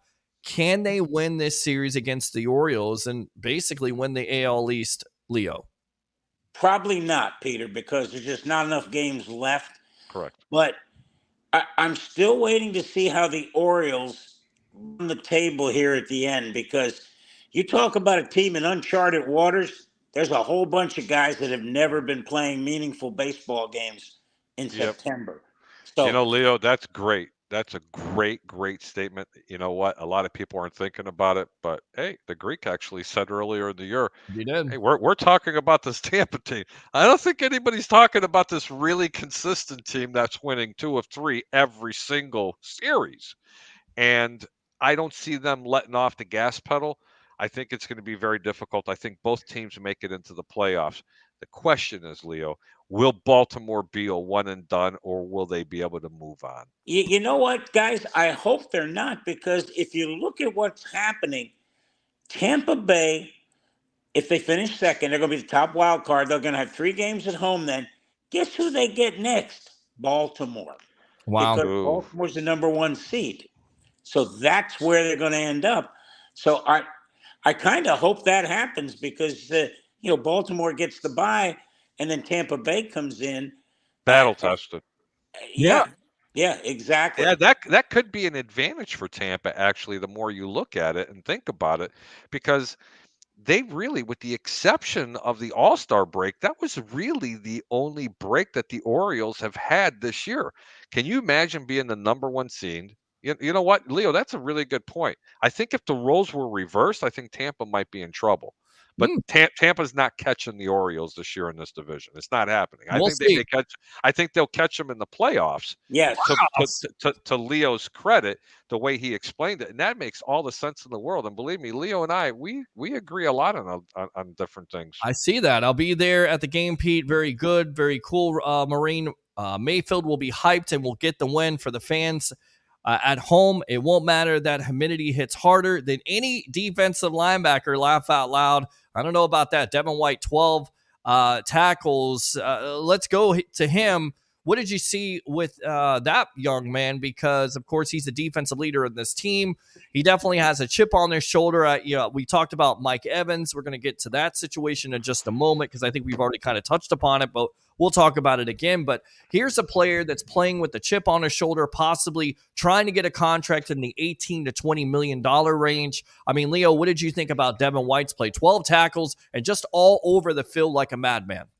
Played like a player possessed. There's no other way. I got a better word. He was, yeah, I bet you do. Oh, I do. You know, Peter, I'm pretty much at the end of my pitch count here soon. So yes, let me jump in on the Mike Evans situation, please. This may be Mike Evans' last year in Tampa. Again, that's a shame to say that, but he's a little long in the tooth. Mm. The Bucs don't like to sign big contracts to guys in their 30s. Sure. But I'll tell you what, if they let him walk, that's a mistake because it looks like the guy hasn't lost a step. And even if he has, when you're 6'6", all you got to do is turn around and you have separation. And guys, I got to go. Sorry, just listen, you're a legend. We will see you on Saturday for Alabama and USF. Yeah, I see. What is that, Harry? If you go full screen, I'm going to show you. Mike Evans doesn't have the letter C on his shoulder. He's got the S around his chest for Superman. That's what he is. Well, I thought that was an S for money. Leo, thanks a lot for your time. Again, we'll see you on Saturday, USF versus Alabama. All right, my friend. Leo, last that game, Peter. Yes. Last thing, Leo, I got to ask you because you do a lot of Leo's losers. Did you give everybody Alabama minus 80,000? No, I took USF in the points. They're getting 30, 33. It's one of my favorite college games of the week. You got to lay the 33 points with Alabama, unfortunately, in this game. No, Harry, you don't. Here, the final score. You're going to hear it here. Alabama 69, USF, ready? Goose egg. No, Harry. It's going to be, I'm saying Alabama 52, South Florida 35. They're going to score points. Alabama's defense is not that good, and it's banged up. Oh, it is banged up. I did hear about that. But you did hear it first, ladies and gentlemen. I am not the credentialed media member. Harry the Greek is predicting a goose egg for USF, and I'm predicting a 50-plus point win. These views do not reflect the parties. No, that'll be, hey, I like Harry. He puts it out there. So, guys, next Leo, Wednesday, take care. Much love, brother. Hey, I'm glad you're doing really good. You look fantastic. I'm telling you, your color is great. Your hustle is something to be envied, especially what you're doing, as many hours as you're doing it. Man, I just love coming on these shows with you. And as long as I'm taking breath, I want to be right here with you, Leo. Sounds like a plan. Again, this is my crazy day where I got 3 radio shows and I teach my class at UT. Harry, you ready for this? Guess what I teach? What do you teach? Theory of coaching football. Is that crazy or what? I tell you right now, you get paid to teach the theory of coaching football. I need to get into your job. And Harry, would you shut up and be quiet? All right, so Leo, thanks a lot. Take care, guys. See you, Leo. There you go. Good stuff. Harry, I had to do it, bro. You know I had to do it. You're such an idiot. All right. But I love Leo. Don't you understand? I do. All right. So let's see. still signs as a part of anyone's game. It's not cheating, it's gaining experience. Oh, buddy, Okay. it's not even gaining experience. It means you're trying. If you ain't cheating, you ain't trying, bro. Stop. All right. Biggest surprise at the NFL week 1. God, there's a lot of surprises in week 1. We'll How go about through it. the elephant in the room was two screen. The elephant in the room was really simple. It was the Jets obviously beating the Buffalo Bills without Aaron Rodgers. I mean, who Hold thought on, they were I going to got some sound for that. Hold on a sec. Ready? Sam Martin corrals the snap. It's a short punt. Gibson on the return. Near side. I don't see any flags. Gibson inside the 30. Hits the Jets. Goosebumps. And he's going to go. Jets win it. Touchdown. With friggin' Zach Wilson at the controls. I mean, this can't last. Can it last? Can they Yes. make Zach Wilson a DLG quarterback with the running backs there? All right. Oh, Lord, please forgive me because I'm going to have so much hate mail here. Please, to all my Greekites and fans out there, please come protect me because this is going to Jameis be bad. Winston, Carson Wentz, Joe Flacco, possibly. They're not moving on. Nick Foles. No, they're not moving on for him. He's going to play them this year. He gives Greekites for life. By the way, there you go. Listen. Completely was useless. QB for the Jets again? My brain just went dead. Zach Wilson. Zach Wilson, yes, is going to go ahead and lead them to a victory this week. Who, by the way, they are 9.5-point underdogs. Another little hint: make sure you jump on that bandwagon and take the Jets plus the points this week. Where are they playing this week? In Dallas. Oh my God, they're playing Dallas this week. Yeah, they're playing Dallas this week. After Dallas destroyed the Giants, by the way, 40 to hold nothing. And hold on. Bet the under. I don't give parlays. Bet the under and play the Jets. It's going to be a very, very interesting game. So you said the surprises of the week. Honestly, that game was probably leads it off for me, especially with an Aaron Rodgers-less type of team. Sure. Probably the biggest upset of the week were the Tampa Bay Buccaneers over the Minnesota Vikings. And yes, that was an upset. Let me remind everybody, this team had zero respect on their name. They were 6.5-point underdogs. Go ahead, Pete. Yeah, let's go out to the phone lines. What's your name? Where are you calling from? You're on the Sports Web. Pete, it's James Mulvaney. What's going on, buddy? How are you feeling? I know you're a big-time Jets fan. I know how excited you were about Aaron Rodgers. I got to ask you, as a Jets fan, how are you doing right now? Are you confident in Zach Wilson as your starting quarterback, or do you want somebody else like a Jameis Winston, a Nick Foles, a Carson Wentz? Well, just so we're clear, I think I've already asked this before when I called in. Can you curse on the show, or is that a no-no? Is it after 10? Yeah, go ahead, curse. Just keep okay. I'll let you be a little passionate. Just don't do any F words. Your shit is okay. I just said shit. Yes, I said shit. You just said shit? I said shit. Did you say shit? That's all right. Don't worry. I'll keep it down. It's fine. I'm not going to lie to you, man. I sat there on Monday, and when Aaron went down, and I'm sure you saw the play. Yep. And I watched Mekhi Becton, and I'm like, wow, 6'8", 300 and something pounds, and you can't be a man and try to block. I'm like, come on now. With that being said, well, he looks like Tarzan and plays like Jane. That's what it comes to me. I like the kid. I know he's been through injuries. He couldn't block Leonard Floyd. Leonard Floyd's still a pretty damn good pass rusher. But listen, you're exactly Leonard right. Floyd is a pencil compared to Mekhi Becton. Right, but that's the problem. Mekhi Becton seems like he's out of shape or he's lazy, and that was the reason why a lot of people said, you know what? You passed on Tristan Wirfs. Just think about that. You passed on most likely the best offensive tackle besides Andrew Thomas for Mekhi Becton. Why? Because the Jets look at potential. Well, there was potential there, but there was also the opportunity for him, and this was said in college, that he was lazy. He took all plays. He wasn't in shape. You get what you pay for. You get what you draft. I'm sorry to tell you, but should have drafted Tristan Wirfs, but that's neither here nor there. Go ahead. So what do you think about that with I'm sorry. Go ahead, guys. Go ahead. No, James. go ahead. James, go ahead, James. We're that's all we do here. Yeah, sorry. I can't see you guys. I'm on a text me number right now, so okay. I can't. With that being said, I mean, no, you're absolutely right. But I have to say this. I mean, the guy, when it's all said and done, I mean, he worked his way back up. Got himself, in the starting job. But yeah, I mean, you guys saw the play. I mean, you're just like, what are you doing? Yeah. But anyways, besides any of that, I'm not going to lie to you. I sat there, we were down 13-3, and I'm going, we're going to lose by 30 points in this game. I said, we're finished. I can tell you what, I got to give them credit, man. I thought they were coming back. Well, their defense will keep. I thought they were coming back. I did. I just said, don't worry. Jared Allen is going to turn the ball over like he has all season long last year. Josh Allen. And I'm sorry, that's not Jared. Josh Allen. Yes. By the way, I don't mean to interrupt the caller, but I want to give you a little insight on something. Offensively, this team's going to struggle this year a little bit. Their running game is going to be stout. It's going to be one of the better running games in the National Football League, especially in the AFC.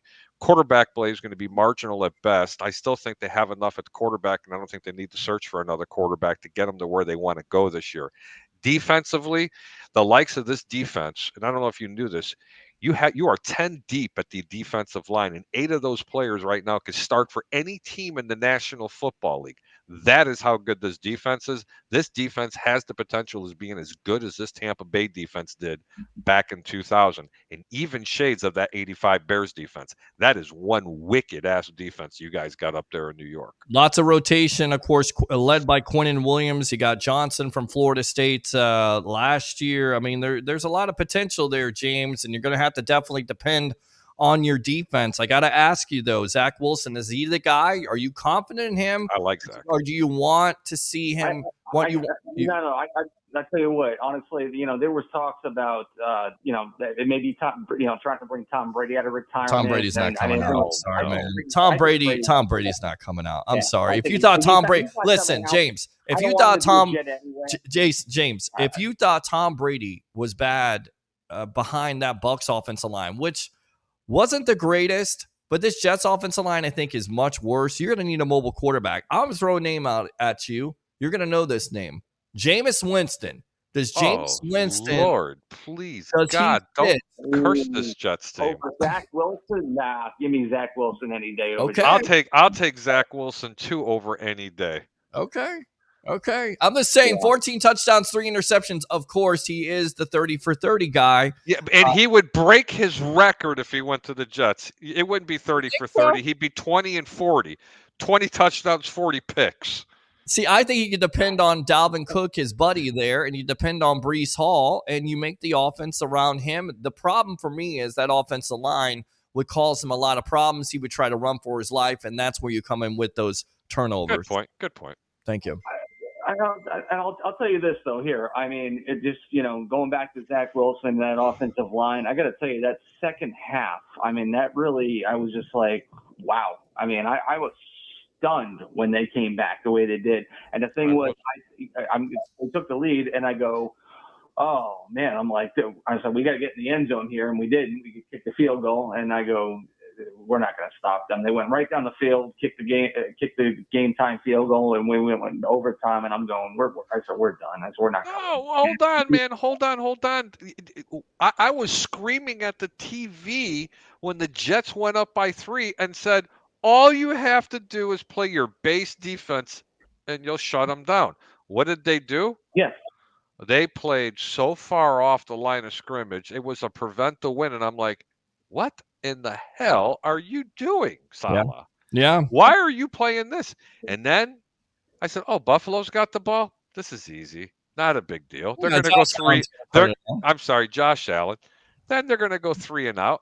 And then the Jets are going to win the game. But I never anticipated that they were going to run one back. And when that kid got loose, I come off the couch screaming at the TV going, go, go, go. And he did. And what a win. What a fantastic win. Yeah, definitely a fantastic win. James, anything else here on the Evolution?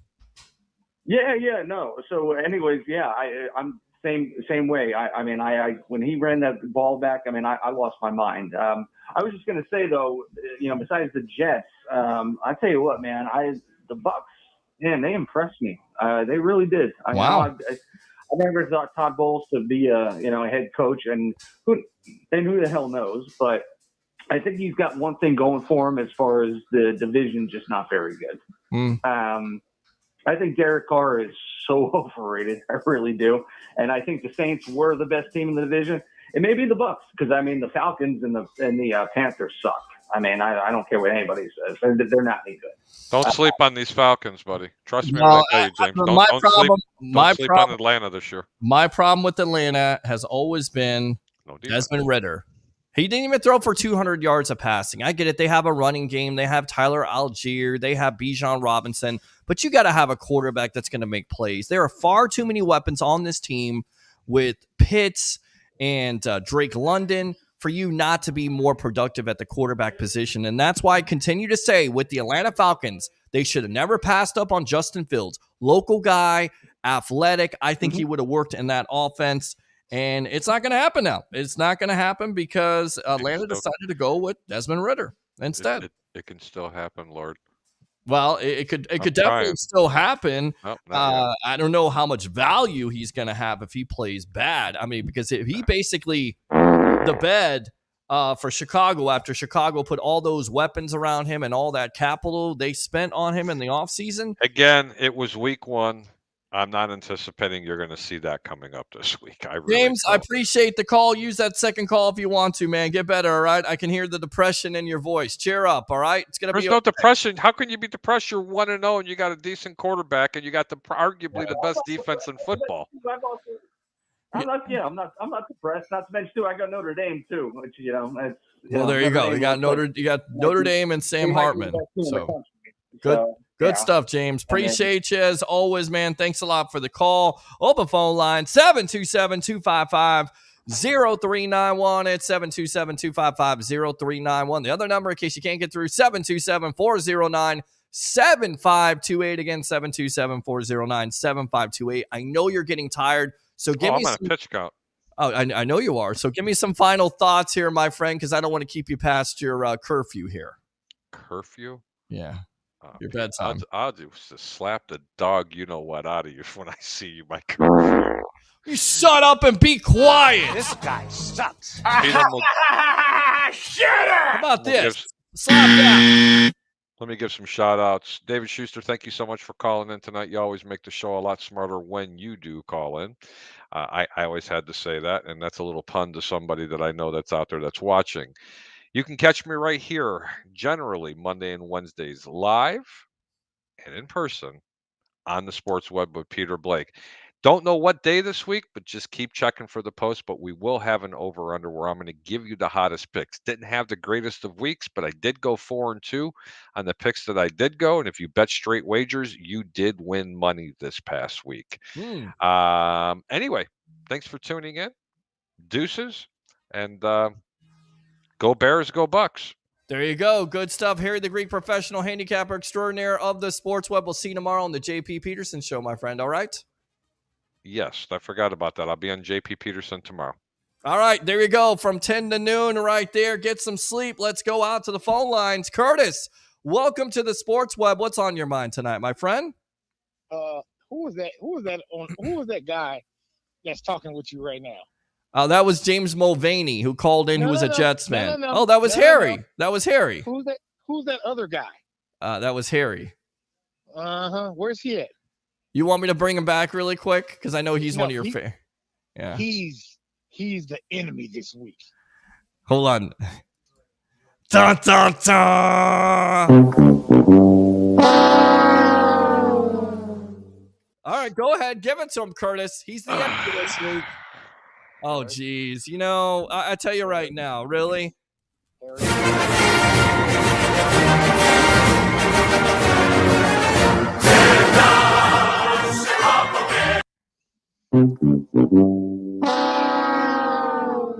right, go ahead, Curtis. Yes. Harry, I love you, right? I love you too, Curtis, even though you live up in no place really. Shut up and be quiet. I just got off work. My boss, I bought home a 40-ounce prime rib. Oh my gosh, that sounds great. With some garlic mashed potatoes and some broccoli. I know Peter Jesus. doesn't like vegetables. Dude, I'll eat. Listen, I will eat some vegetables. This whole not eating vegetables thing, that is not true. I've always bullshit. I'll tell you right now, it's not Bullshit. because I will eat green beans and I will eat spinach, of course, with prime First rib. off, I've never seen Pete eat prime rib, and if you did, it would be shoe leather because it would be well done. You've never taken me out for prime rib. You see, there's a problem here. Did you hear what he just said, Curtis? I have to take him out. I'm gonna tell you this. I know you live near me now. Yes, I live in Holiday. I work at Flamestone in Trinity Steakhouse. Oh, are you serious? Well, yes. Listen, this man over here with the Chicago Bears hat on that's backwards trying to look like Matt Stafford, he owes me a steak dinner. So I feel like we should come together at Flamestone. What do you mean, bull? It's not bullshit. It is not bullshit. Stop. I got you your stupid pizza when you were here a couple days ago. I still want a steak dinner. I still want my steak dinner. Yeah, you know what? I will buy you a steak dinner. Yeah. All you got to do is come to Flamestone and see your boy. Flamestone, come and see Curtis. Done deal. Curtis, Flamestone is a really good restaurant. Don't they have one on Tampa Road as well? Yes, that's the one in Oldsmar. My boss actually owns that one. He actually owns a Beechwood too. That's across the street. That's the one. You know, I got to tell you, I had a mediocre experience the first time. They made it right. I've gone back about a dozen times since then. Let me tell you something. The service is unbelievable there. The food is extraordinary, and I love the specials and the house Cabernet. I'm not much of a wine drinker. I can't get enough of it. It's that good. I'm getting so hungry right now with all this steak talk. You know what? I actually started in January. Wow. Congratulations, my friend. I work 5 or 6 days a week. There's been so many times where I've called into the show and I've been at work. Literally. Oh, really? In the kitchen. Well, the next question I want to ask is Flamestone looking for sponsors? Because we could sponsor them. Oh, no. Commercial. Whoa. What do you mean? No. Honestly, I can talk to my boss about it, and you know what? We probably could do something. Let's do it. Yeah. See? Always be closing Harry the Greek. I'm gonna tell you this. Yeah. We started a football pool tonight, and we have a huge football pool at our job. Wow. Huge. Like, I think we got like a $500 pot this week. Can the Greek get involved? I mean, just asking for a friend. No, we don't want no professional in our thing.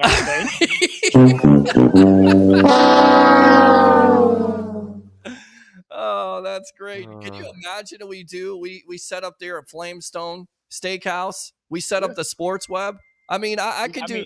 Also, listen, because there is a patio right there on the side outside. Yes, there is. It's really nice, especially the one in Oldsmar. I have not been to the one in Trinity yet, but the one in Oldsmar is extraordinary. Well, listen, Trinity is great. He sold me when he said, "Come to Trinity, I'll buy you a steak dinner."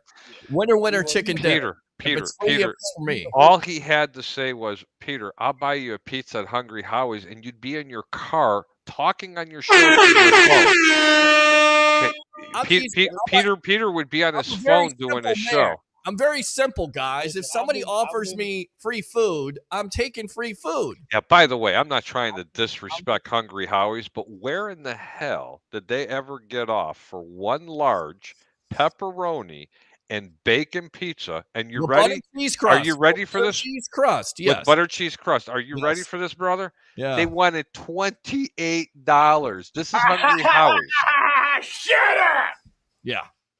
What the heck is that? I got a pizza place for you. Pizza place. All right. So you got a pizza place. You're going to buy me a steak dinner. We're going to get sponsorships and go out in the patio and have Curtis on there talk about Flamestone and have his manager talk about the football pool. Sounds like a plan. I love it. Flamestone, yeah. Yeah, sounds good. All right, Curtis. What else? Me and my buddy have a bet. He's a Bears fan. Okay. He's a young kid, though. He's like young kid, yes. 19 years old. Wet behind the ears. Yeah. Never seen any good football in his life. I get it. He loves his Bears. Mm-hmm. So the bet is if we win, the Bucs win, he's going to wear a Bucs hat all week. Beautiful. At work. Beautiful. And if I win, I mean, if I lose, I'm going to wear my Gale Sayers jersey everywhere for a whole week. Wow. Well, it's not necessarily a bad thing, you know. That's not a bad The thing. Kansas Comets, yeah. We just do our little friendly. Yeah, that's nice, man. That's good. But I like that. There is one thing I'm afraid of because Okay. as long as I've been watching the Bucs' weakness has always been mobile quarterbacks. Correct. And wheel routes. And will routes, especially versus the Bears and Money Mitch Trubisky. Yes. Thank you very much, Harry, for once again reminding us. Shut up! Oh, wait a minute. Harry, I love you and I respect your opinion, brother. And you know what? You too. I've been calling, I don't know, probably 2 or 3 years now. You have. I love you guys, man. I really love you too, man. Love you too. Even if you don't buy me a steak dinner, still love you, brother. No. Curtis, I promise you, I will be up at your place before the weekend is over. Love it. Listen, I'm off tomorrow. Okay. I'll be watching Eagles and the Vikings. Wow. Because I picked the Eagles in on my sheet. And I picked the Eagles by 4. Eagles by 4. You like that, Harry, against that defense? Has that defense improved enough? The Vikings? What do you think about that game? Give Curtis some insight. I think the game is going to go over in that game, personally, Curtis. Yeah. But let me see what the over and under is again. That game they took down again. This is no, they didn't. Here it is. You know, the Minnesota Vikings are catching 6 points, but if you're only having to give 4 points, you got a bargain there. Okay, cool. And all right. then Friday, my son has a huge football game at his high school. Nice. Good. And then I will be at Flamestone Saturday. Well, Saturday during the day or in the evening? Well, here's the thing. We don't open until 4. Okay, that's fine. Wow. Now, on what I would like for is what Peter, when you were talking to my boss, on Sundays, we open at 11 for brunch. So maybe one day you could do your Sunday show and patio at Flamestone. Whoa. I like that idea. I definitely like that idea. Yeah. How about that, Harry? You like that idea? Because we do brunch from 11 to 3, and then we go straight into dinner. So by the time the game is over with, it'd be dinner time. Okay. Curtis, I came back onto the show because you had requested me. It was almost like saying Beetlejuice 3 times where Harry Berg comes back up there. Harry, man, you know I love you, brother. Harry, you know I love you, brother. Brother, you're awesome, bro. All right, Curtis. Man, listen, I love to talk football with you guys. You guys give me a lot of insight, and you know what? It's good to just talk football with people who actually aren't talking out of their you know what. And I have one other thing I want to ask you. Yes, Harry. Yes, sir. What did you say to yourself when Aaron Rodgers went down Monday? Please, I gotta know what you said. This guy sucks. What did the Greek say? He didn't say it to himself. He went, "What? Yeah, what? What?" When I seen him go back down, I was like, he didn't take that big of a shot. What? And then when I seen him have to have his arms around somebody, I actually was a little sad to see that because I didn't want to see that happen to him. But there was a little bit of relief. But I can't help but laugh when Brett Favre played his last down for the Green Bay Packers. It was Corey Wooten, the defensive end of the Chicago Bears, that didn't allow him to play anymore. Now, Aaron Rodgers, former Green Bay Packer, who takes him out? Former Chicago Bear Leonard Floyd. Wow. That is hilarious. And now, I don't think anybody celebrated like the Packers fans did, though. Yeah, you got a point there. That is probably terrible to say, but I can guarantee you, right there in Green Bay, Wisconsin, those cheeseheads were losing their mind. Not necessarily, because here's the thing. If Aaron Rodgers would have played a certain amount of snaps, I think it was like 60 or 65% of the snaps, the Packers would have got a conditional pick, a high conditional pick, like maybe a second or first round pick. Yeah, they're getting a first round pick now. Are they? Yeah.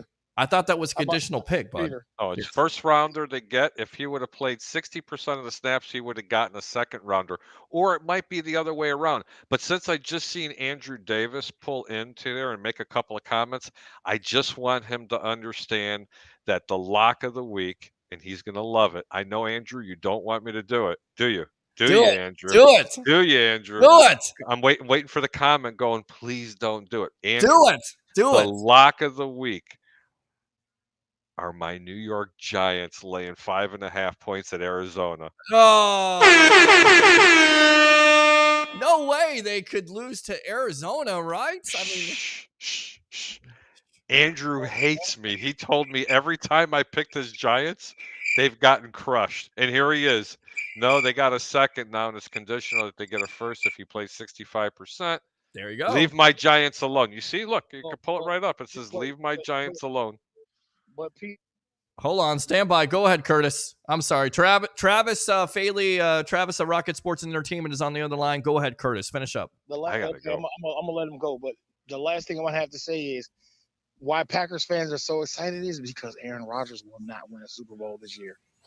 Well, there you go. There you go. Once again, Curtis bringing it here on the Evolution of Sports Talk Television. We will see you soon, my friend, at your steakhouse. Curtis. Flintstone in Trinity. Curtis, yes. As Sammy Sosa says, I'll see you on Saturday, bro. All right, brother. All right, man. There you go. Good stuff there. Let's go out to our phone line here. I know you want to talk to this guy right here. I call this the Chicago Connection. Travis Faley of Rocket Sports and Entertainment. Welcome to the Evolution. You're on with yours truly, along with Harry the Greek. Hey, guys. How you doing? I thought I might be getting bumped for Rob the Sports God. Oh, God, please, no. This guy sucks. What's going on, guys? How you doing? I just turned the show on for the first time in the last minute or two. But, Harry, I just thought that, Rodgers, the whole Rodgers thing was bad for football. We can take our personal opinions about the guy out of the mix, but if you look at it as an overall. I cheered for 10 seconds, okay? And then I was like, this is horrible. It really was. It really was. But a whole different flavor away from that game. But did you like the combination? Did you like the connection, though? Rodgers with McClanahan and Corey Wooten. And then now, that was Favre. Brett Favre. Yes. And now it's Rodgers with Leonard Floyd. Yeah. Yeah, it's something else, isn't it, guys? How things work out that way. Arrogance sometimes pays you back in very interesting ways. All right, before I go, I got to ask him one question, and I do have to ask it, and I've really got to go. If you had to root for a quarterback, who are you more sad to see go? Brett Favre or Aaron Rodgers? Honestly. I thought Favre stretched being married to a diehard Packer fan and in that family. I have a huge knowledge about both of those situations. Yes. And Favre stretched out that organization a hell of a lot more than Rodgers did. Was Rodgers straight up with them? I don't think so. But I think Favre definitely stretched them out more from an organizational standpoint than Rodgers did. Wow. All right. So once again, Brett Favre is the guy that everybody hates. Everybody hates Brett Favre. I hated Brett Favre and I hated Aaron Rodgers, but if I had to choose who I'm going to go break bread with just to have a conversation, I'd love to hang out with Brett Favre. He's just that one dude, man, that everybody could just really relate with. Just don't tell the people there in Mississippi that, okay? I understand that, but I would love to hang out with him. I just have a hard time wanting to talk to a guy that wants to wear his hair shaved on one side and live in a dark room for 4 days and drink kratom tea. What the hell is he talking about? I mean, I'm tired of hearing about this whole dark room and the 4 days, and they make it sound like he was in there for a year. Old friend. He was there for a day and a half and left. Yeah, that's normal. I want you to think about what you just said, Travis. That's normal. I am going to go into a room silence, and I am going to sit doing my yoga pose, smoking kratom or drinking it, whatever the hell they do. Nobody wants to see you do a yoga pose. So that I can do my so I can have my outer body experience. Dude, let me drop 2 hits of acid. I could do the same thing and tell you here's an outer body experience and go to Disney World. And I'll tell you what, I'll see purple elephants flying across the room having a great time. Are you crazy? I couldn't Lucy stand in this. the sky with Sounds diamonds. like Oh my God, Peter Blake, you've lost your ever-loving mind. Travis, I love you. I respect you, brother. Have yourself a great one. Peter, thank you so much for having me on. Go Bears. Go Bucs. I can't wait to see this game this weekend. Peace out, brother. Take care of yourself. And Harry, Andrew, go sell I some will be at tires. the game, and I'm looking forward to listening to the over/under with Harry the Greek this weekend. There you go. Over under with Harry the Greek. We'll see when that's going to be and where that's going to be. Little hint there. All right, Harry. Thanks a lot for the time here, my friend, right there on the sports web. Travis, what do you have to say about your Chicago Bears? I know you have to be disappointed. I think the expectations were out there. I was touting Justin Fields as maybe the next quarterback to take that next step. He may be able to do that, but the way he played last Sunday, you have to be disappointed with not only him, but the whole team, right? Well, we've talked about this before, Pete. I think Harry has a lot of the same opinions as I do. It's an organizational failure once again, and it starts with Ryan Poles, the general manager, who decides to hire a defensive-minded coach and basically a quarterbacks coach. Travis, can I read this comment really quick? Just hold your thought. Yeah. Zach Mitchell from LinkedIn Live. Rodgers licks toads. This guy sucks. All right, go ahead. You're just smashing away randomly at the sound bites tonight. It is just, it's hard to get into a flow in a conversation when you're getting poop sounds and, oh no, it's up again. Anyways. You mean that one right there? Hold on. You can do it. Okay, go ahead. All right, I can do it. I can do it now. You want me? Here's Tom Brady. That's good enough to suck right there. There you go. Okay, one more time. So anyways, so they hired Eberflus from Indianapolis, Yes. who was a defensive coach. Then they go out and get Luke Getsy, who is underneath Daniel Hackett, who is under Matt LaFleur. So you get a guy who's basically a freshman at play calling, and it showed considerably because they've changed the offense to Getsy's offense instead of giving Fields something to have success in. Okay. And use some of the things that he did in college and utilize those skills. Agree. But they haven't did it, in my opinion. And do I think it's also Fields? Yes, because Fields can hit the easy pass. You have to be able to hit a layup, guys. We've talked about this before with Tyler Bagent, the backup. The guy makes the game look easy. He can read a defense, and that's a huge problem with Fields is he can't use a defense and he can't get off his first read. So what does that mean? And with a bad, dinged-up offensive line going into Tampa Bay, into Ray J this weekend, it means bad news for the Bears. See what I did there? Yeah, I've seen that. Bad news for the Bears. And so you don't feel very good about this matchup with this Buccaneer defense, which, by the way, held the Vikings all those yards. But, Kirk Cousins, that defense calls 3 turnovers. I mean, what did you think of that Bucs defense last Sunday versus the Vikings? And how much of a problem do you think they're going to give Fields and that Bears offense? Well, I think the Bears are going to try some new things with Roshan coming out of the backfield, getting a lot more carries. The backup for Texas, he was behind Bijan Robinson, and when he got the ball last weekend, he was pretty electric, and he can pound through the line. And you'll probably see a lot of him, Roshan, on the field this week. But if they keep running the screen passes out to the wide receivers, they're going to get smashed. Again, it's exactly what they did. They went downfield maybe 3-4 times all game last week, and they got DJ Moore 2 throws, and then Chase Claypool nothing. And Mooney had a good game, but if you're not throwing the ball down the field and you're just trying to nickel and dime and do wide receiver screens, it's not going to be effective in the NFL because defenses know how to play defense in this league. Defensive coordinators can stop those quick wide receiver screens, especially if you're not getting blocking from the wide receivers. So I do like the Bucs in this game. I think they're going to be more consistent. I think Mayfield's got a little bit of zip, and I don't think the young Bears corners or secondary are going to be able to stop the Buccaneers wide receivers. Are you buying Baker Mayfield with the performance he had? I'm buying Baker. He he can make the plays. He's got spunk. If he doesn't turn the ball over, just like most NFL quarterbacks, he's going to have success. And the fact that he has the wide receivers that the Bucs have, to throw the ball to, you're going to be successful if you can play the game. What are you most surprised about from week one? I get it, it's week one, but the Rams beating Seattle, nobody's talking about that. Matt Stafford being healthy with 2 unknown wide receivers, killing Seattle, which was a playoff team last year. You have the Giants absolutely just the bed there against the Dallas Cowboys. They ran into a buzzsaw. Yeah.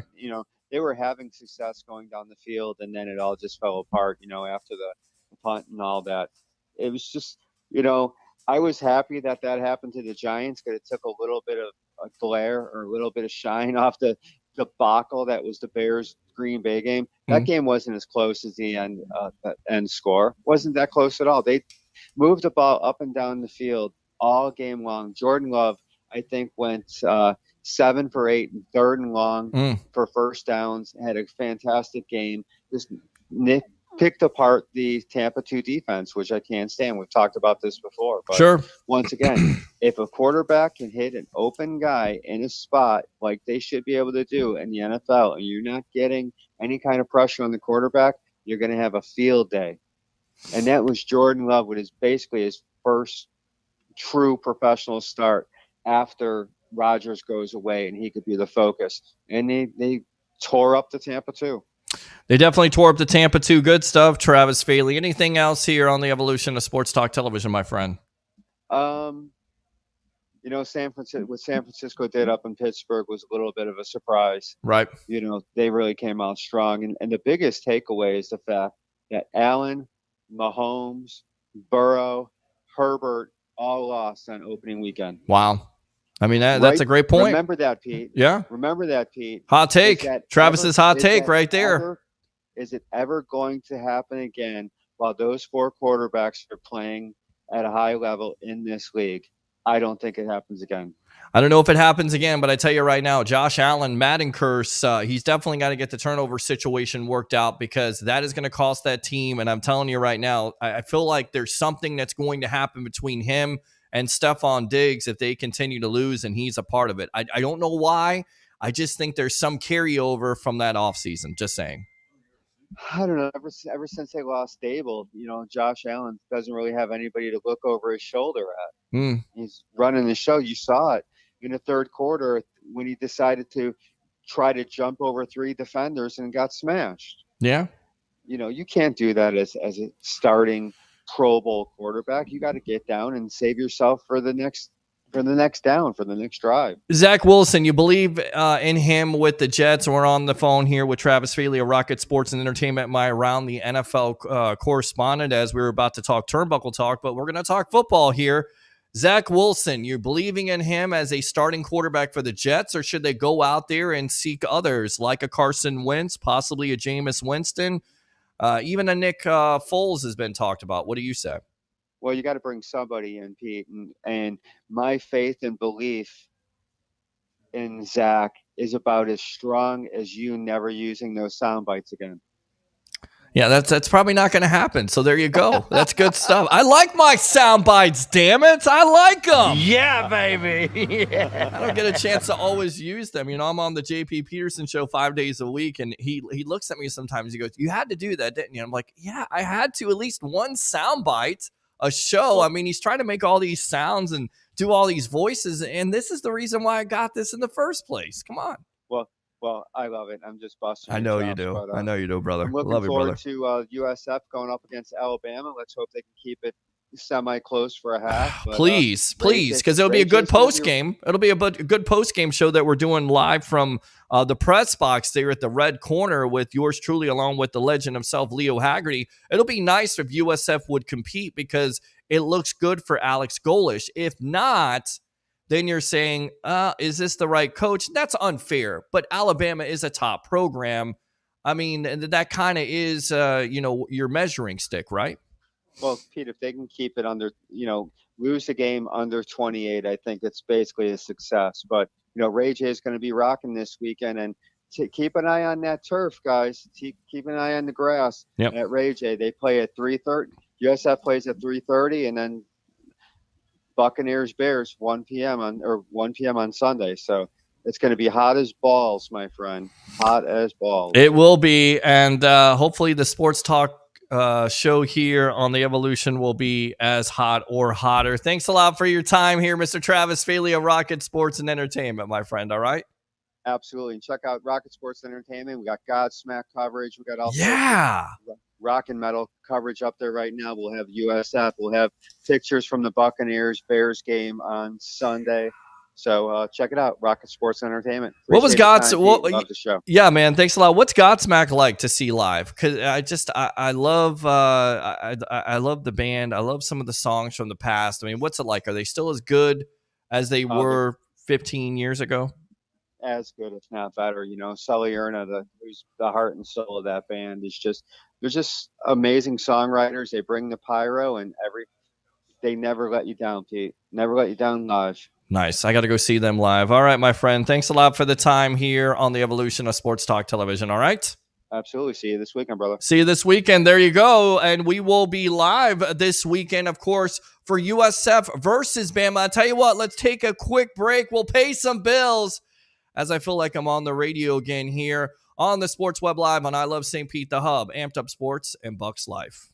Are you an athlete or professional struggling with life or career transition? Life isn't always easy, but hope is always present. Best Hope Counseling will help you move forward. For nearly a decade, licensed marriage and family therapist Larry Bumgartner has helped clients empower change and discover solutions using a solution-focused therapy approach. Conversations will focus on what you desire to change, not just the problems that brought you into counseling. From anger to depression or other emotions, Best Hope Counseling is there for you. Contact Larry personally on his direct line at 727-946-1346. Again, 727-946-1346 for a telehealth appointment in Florida and Minnesota, or in person an appointment in Minnesota. Take time out and begin your game plan to reconnect, rebuild, and restore happiness in your life. BestHopeCounseling.com. All right, welcome back to the Evolution of Sports Talk Television. It's the Sports Web. I'm your host, Peter Blake. Open phone line, 727-255-0391. It's 727-255-0391. The other number, 727-409-7528. Again, 727-409-7528. Get on the phone lines. Talk about your Tampa Bay Buccaneers. What was your biggest surprise from week one? I get it. It's only 1 week. Overreaction is running rampant. That's okay. That's what you got to love about football. Let's go back out to these comments. Let's see here. Leave my Giants alone. Never say never. 2 giant goofballs. Again, I'm sorry about your New York Giants. We'll have to have you on the show here eventually. I also said I wanted brunch. Ryan says, is Josh Allen that much better than his brother? Where would he end up? First time, laugh out loud. Jets better call Wentz. 2 giant goofballs. Favre stretch out the people of Mississippi too. Exactly. In Restless Dreams, I walked alone. And we already read that comment. Let's go out to Mr. Williams. Happy birthday, my friend. You thought I forgot about you, but I saw all over your Facebook page there. Happy birthday, brother. What's a better birthday present than the Tampa Bay Buccaneers taking care of business over the Minnesota Vikings? Welcome to the Sports Web.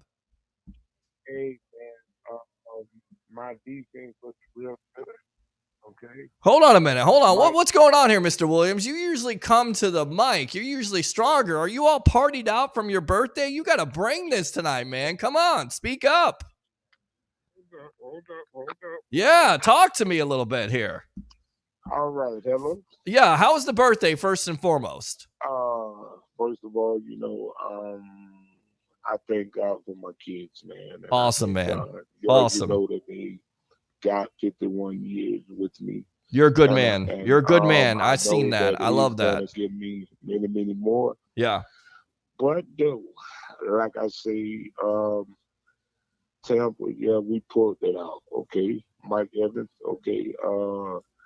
Jason Light, the rest of y'all. Let's go get number 13 some money, man. We know he ain't going nowhere. Right, We pay know the we man. ain't gonna trade him Mm-hmm. because we know he got to pay his players 10 season out of his contract. Mm-hmm. Okay, cool. But like I say, Baker, yeah, you had a okay game, good game, whatever. But okay, cool with that. But with now, that game for Baker Mayfield, let me ask you, Mr. Williams, because I got to ask you, do you buy Baker now more after that game and that gritty effort? Not yet. Okay. Not yet. All right. Not yet. I cannot buy into him just yet. Okay. It's just week one. All right. Fair enough. Isn't that Harry the Greek team I'm playing Sunday? Oh, you better believe it, my friend. You ready for those wings? Harry, cook my chicken wings, man. Chicken wings, cook them up. Text me your address or something. Let me know where you're gonna be so I can come sit down and eat me some of them chicken wings. There you go. That's what it's all about. Yeah, right. But all right, what I want to see Baker Mayfield before myself buy into him. Right. All right.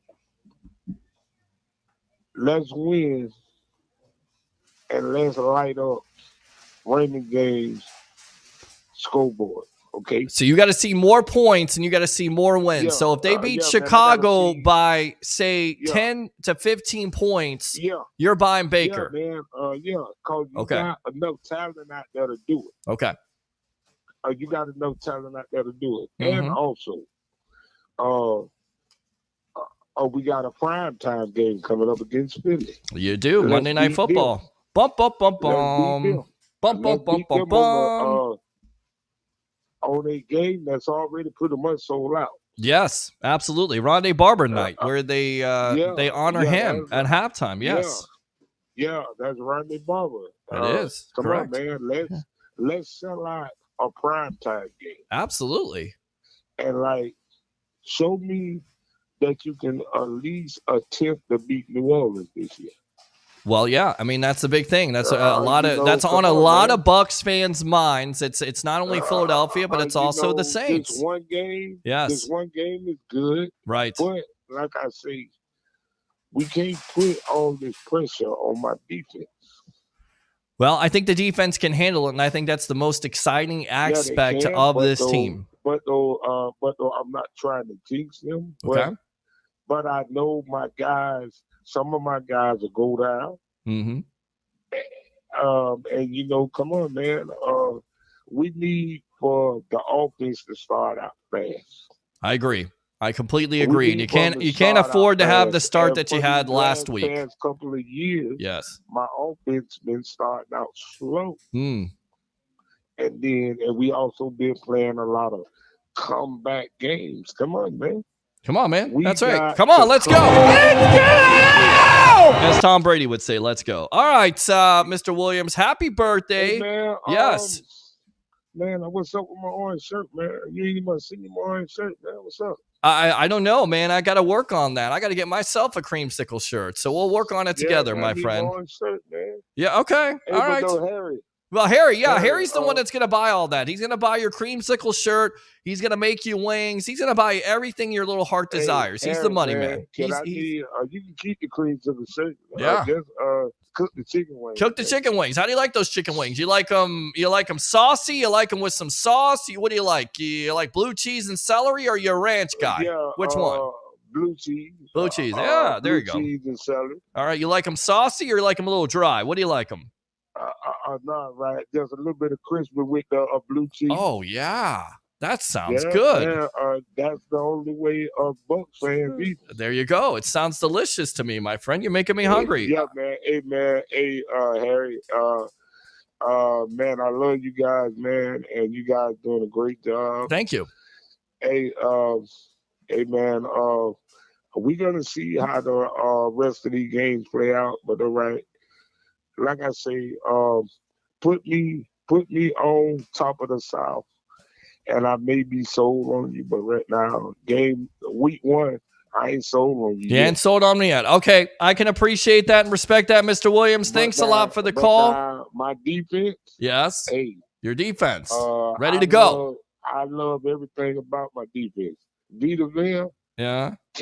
That's my guy. That's a big hoss, right? As my uncle would say in the background, man, that's a big hoss. Yeah, man, that's that guy. And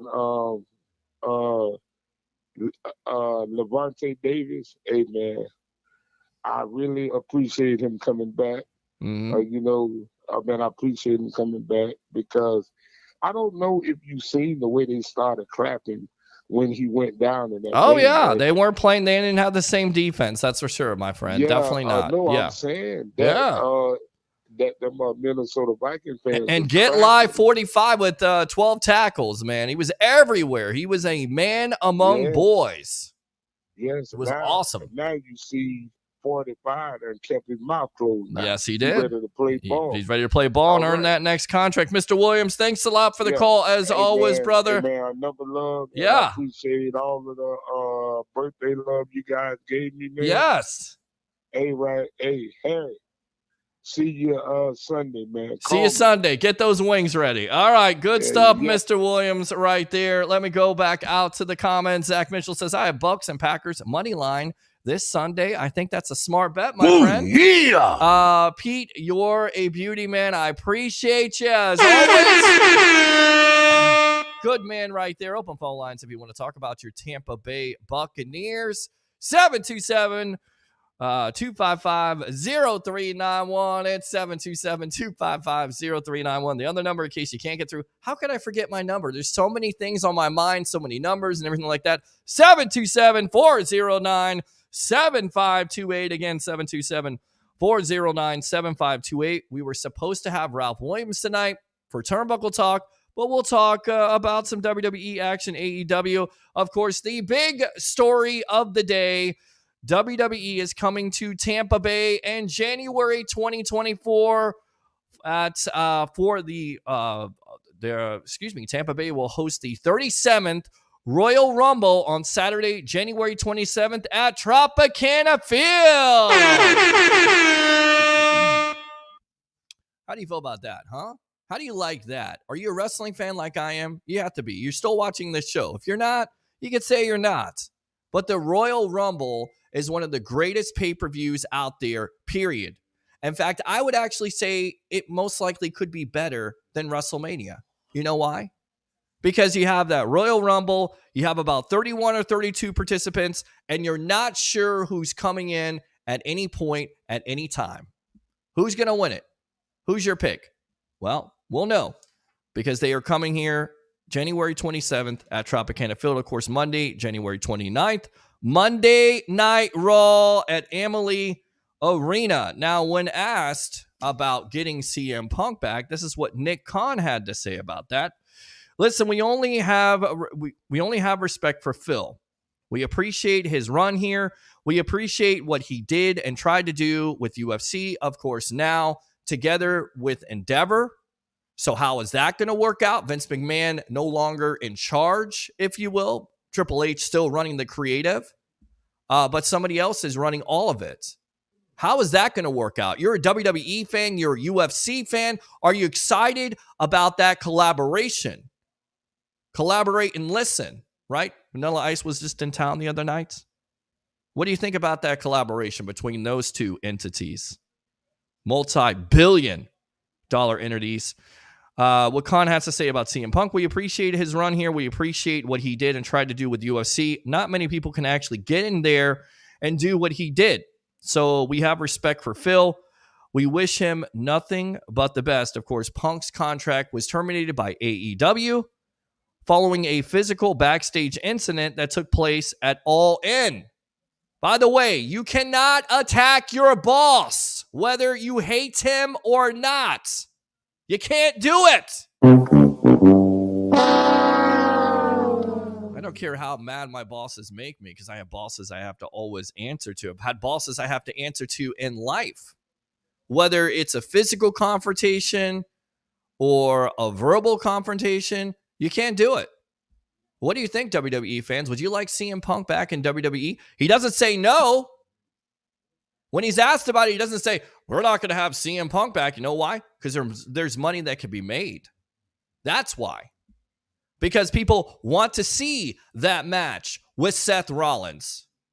They want to see that match with CM Punk. Remember, Rollins talked stuff about him. They want to see that match possibly with CM Punk versus Roman Reigns.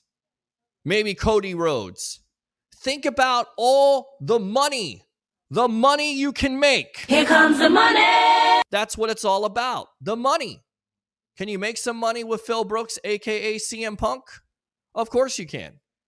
Now, the question is, what's that going to do to your locker room going forward? Does that ruin your locker room? It doesn't seem like Nick Khan really says anything like that, does it? What do you guys think? 727-255-0391. It's 727-255-0391. With Turnbuckle Talk, let's go out to Christopher Cole.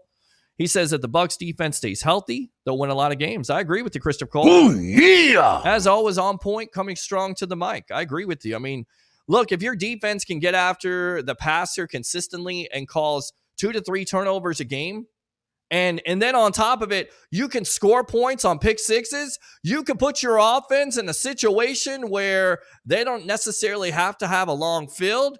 Winner, winner, chicken dinner. Good stuff. All right, so good stuff, Christopher. Let's move on here. Edge, of course, the real name, Adam Copeland, told his WWE contract ends this month. Of course, there's been all kinds of speculation that he may move on with his former tag team partner, Edge and Christian. Of course, Christian now, one of the champions in AEW. He shared that he was preparing for his last match on his contract against his friend Sheamus in his hometown of Toronto. People assumed that on August 18th, that was his last match. There was also a rumor that offer didn't meet Edge's requirements from WWE, and that's why he decided to walk away. Now, Edge, of course, came online and talked about this and denied that he was going anywhere. He came out, denied it. Of course, it doesn't stop the speculation from going on and on and on when we're talking about professional wrestling world, right? Because now PW Insider reports that while the Rated R Superstar still shows up on WWE's website roster page, Edge internally is no longer listed as an active performer for the company. Things that make you go,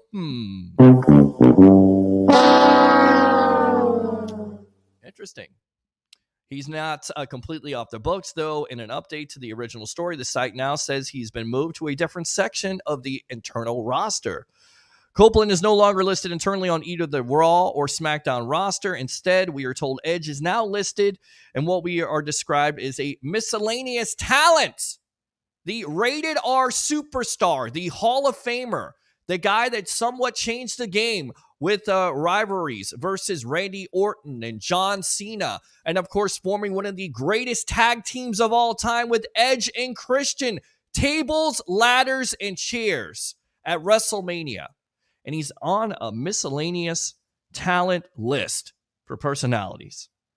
Signed but not working actively on either TV series. Others included on the list currently would be Steve Austin, still with the company. Big E, still with the company. Undertaker, still with the company. Titus O'Neil, Braun Strowman, among others. All talents who are connected to the company but not actively performing or are injured. So, does Edge go somewhere else? The rumors are absolutely out there. So, with that being said, I'll tell you what, we're going to go ahead and just wrap this up. We'll talk more about Turnbuckle Talk. The stories will be there. I actually got a previous engagement here. I got to get on the Buck Power No Quarter Given podcast. I appreciate all the calls tonight. Appreciate all the guests. Of course, the legend himself, Leo Haggerty, former Coach Scout, and now media member of Night Sports Productions and Amped Up Sports. Remember, we will be covering USF versus Bama at Raymond James Stadium on Saturday. Of course, Harry the Greek, professional handicapper extraordinaire. Travis Faley of Rocket Sports and Entertainment. David Schuster, Chicago Credentialed Media. And of course, as always, all your phone calls, because you sports fans are the lifeblood of what we do here on the Sports Web. Like and subscribe to the Sports Web on YouTube. like I Love St. Pete, The Hub, Amped Up Sports, and Bucs Life, and do 3 things for me on this happy Hump Day edition. Bring your passion, bring your excitement. Just don't bring any nonsense. I'm your host, Peter Blake, your Rolex reporter. What time is it? It's my time.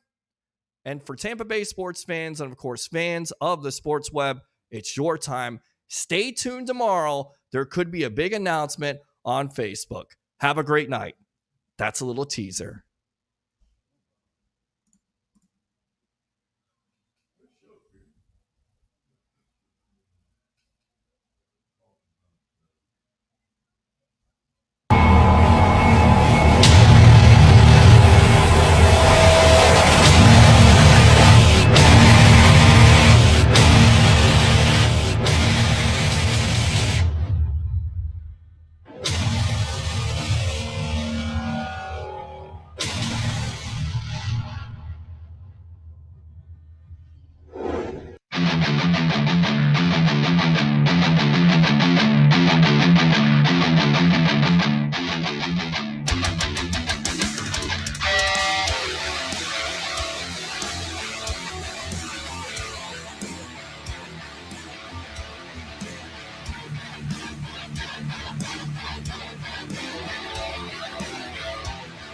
Are you an athlete or professional struggling with life or career transition? Life isn't always easy, but hope is always present. Best Hope Counseling will help you move forward. For nearly a decade, licensed marriage and family therapist Larry Bumgarner has helped clients empower change and discover solutions using a solution-focused therapy approach. Conversations will focus on what you desire to change, not just the problems that brought you into counseling. From anger to depression or other emotions, Best Hope Counseling is there for you. Contact Larry personally on his direct line at 727-946-1346. Again, 727-946-1346 for a telehealth appointment in Florida and Minnesota, or in person an appointment in Minnesota. Take time out and begin your game plan to reconnect, rebuild, and restore happiness in your life. BestHopeCounseling.com.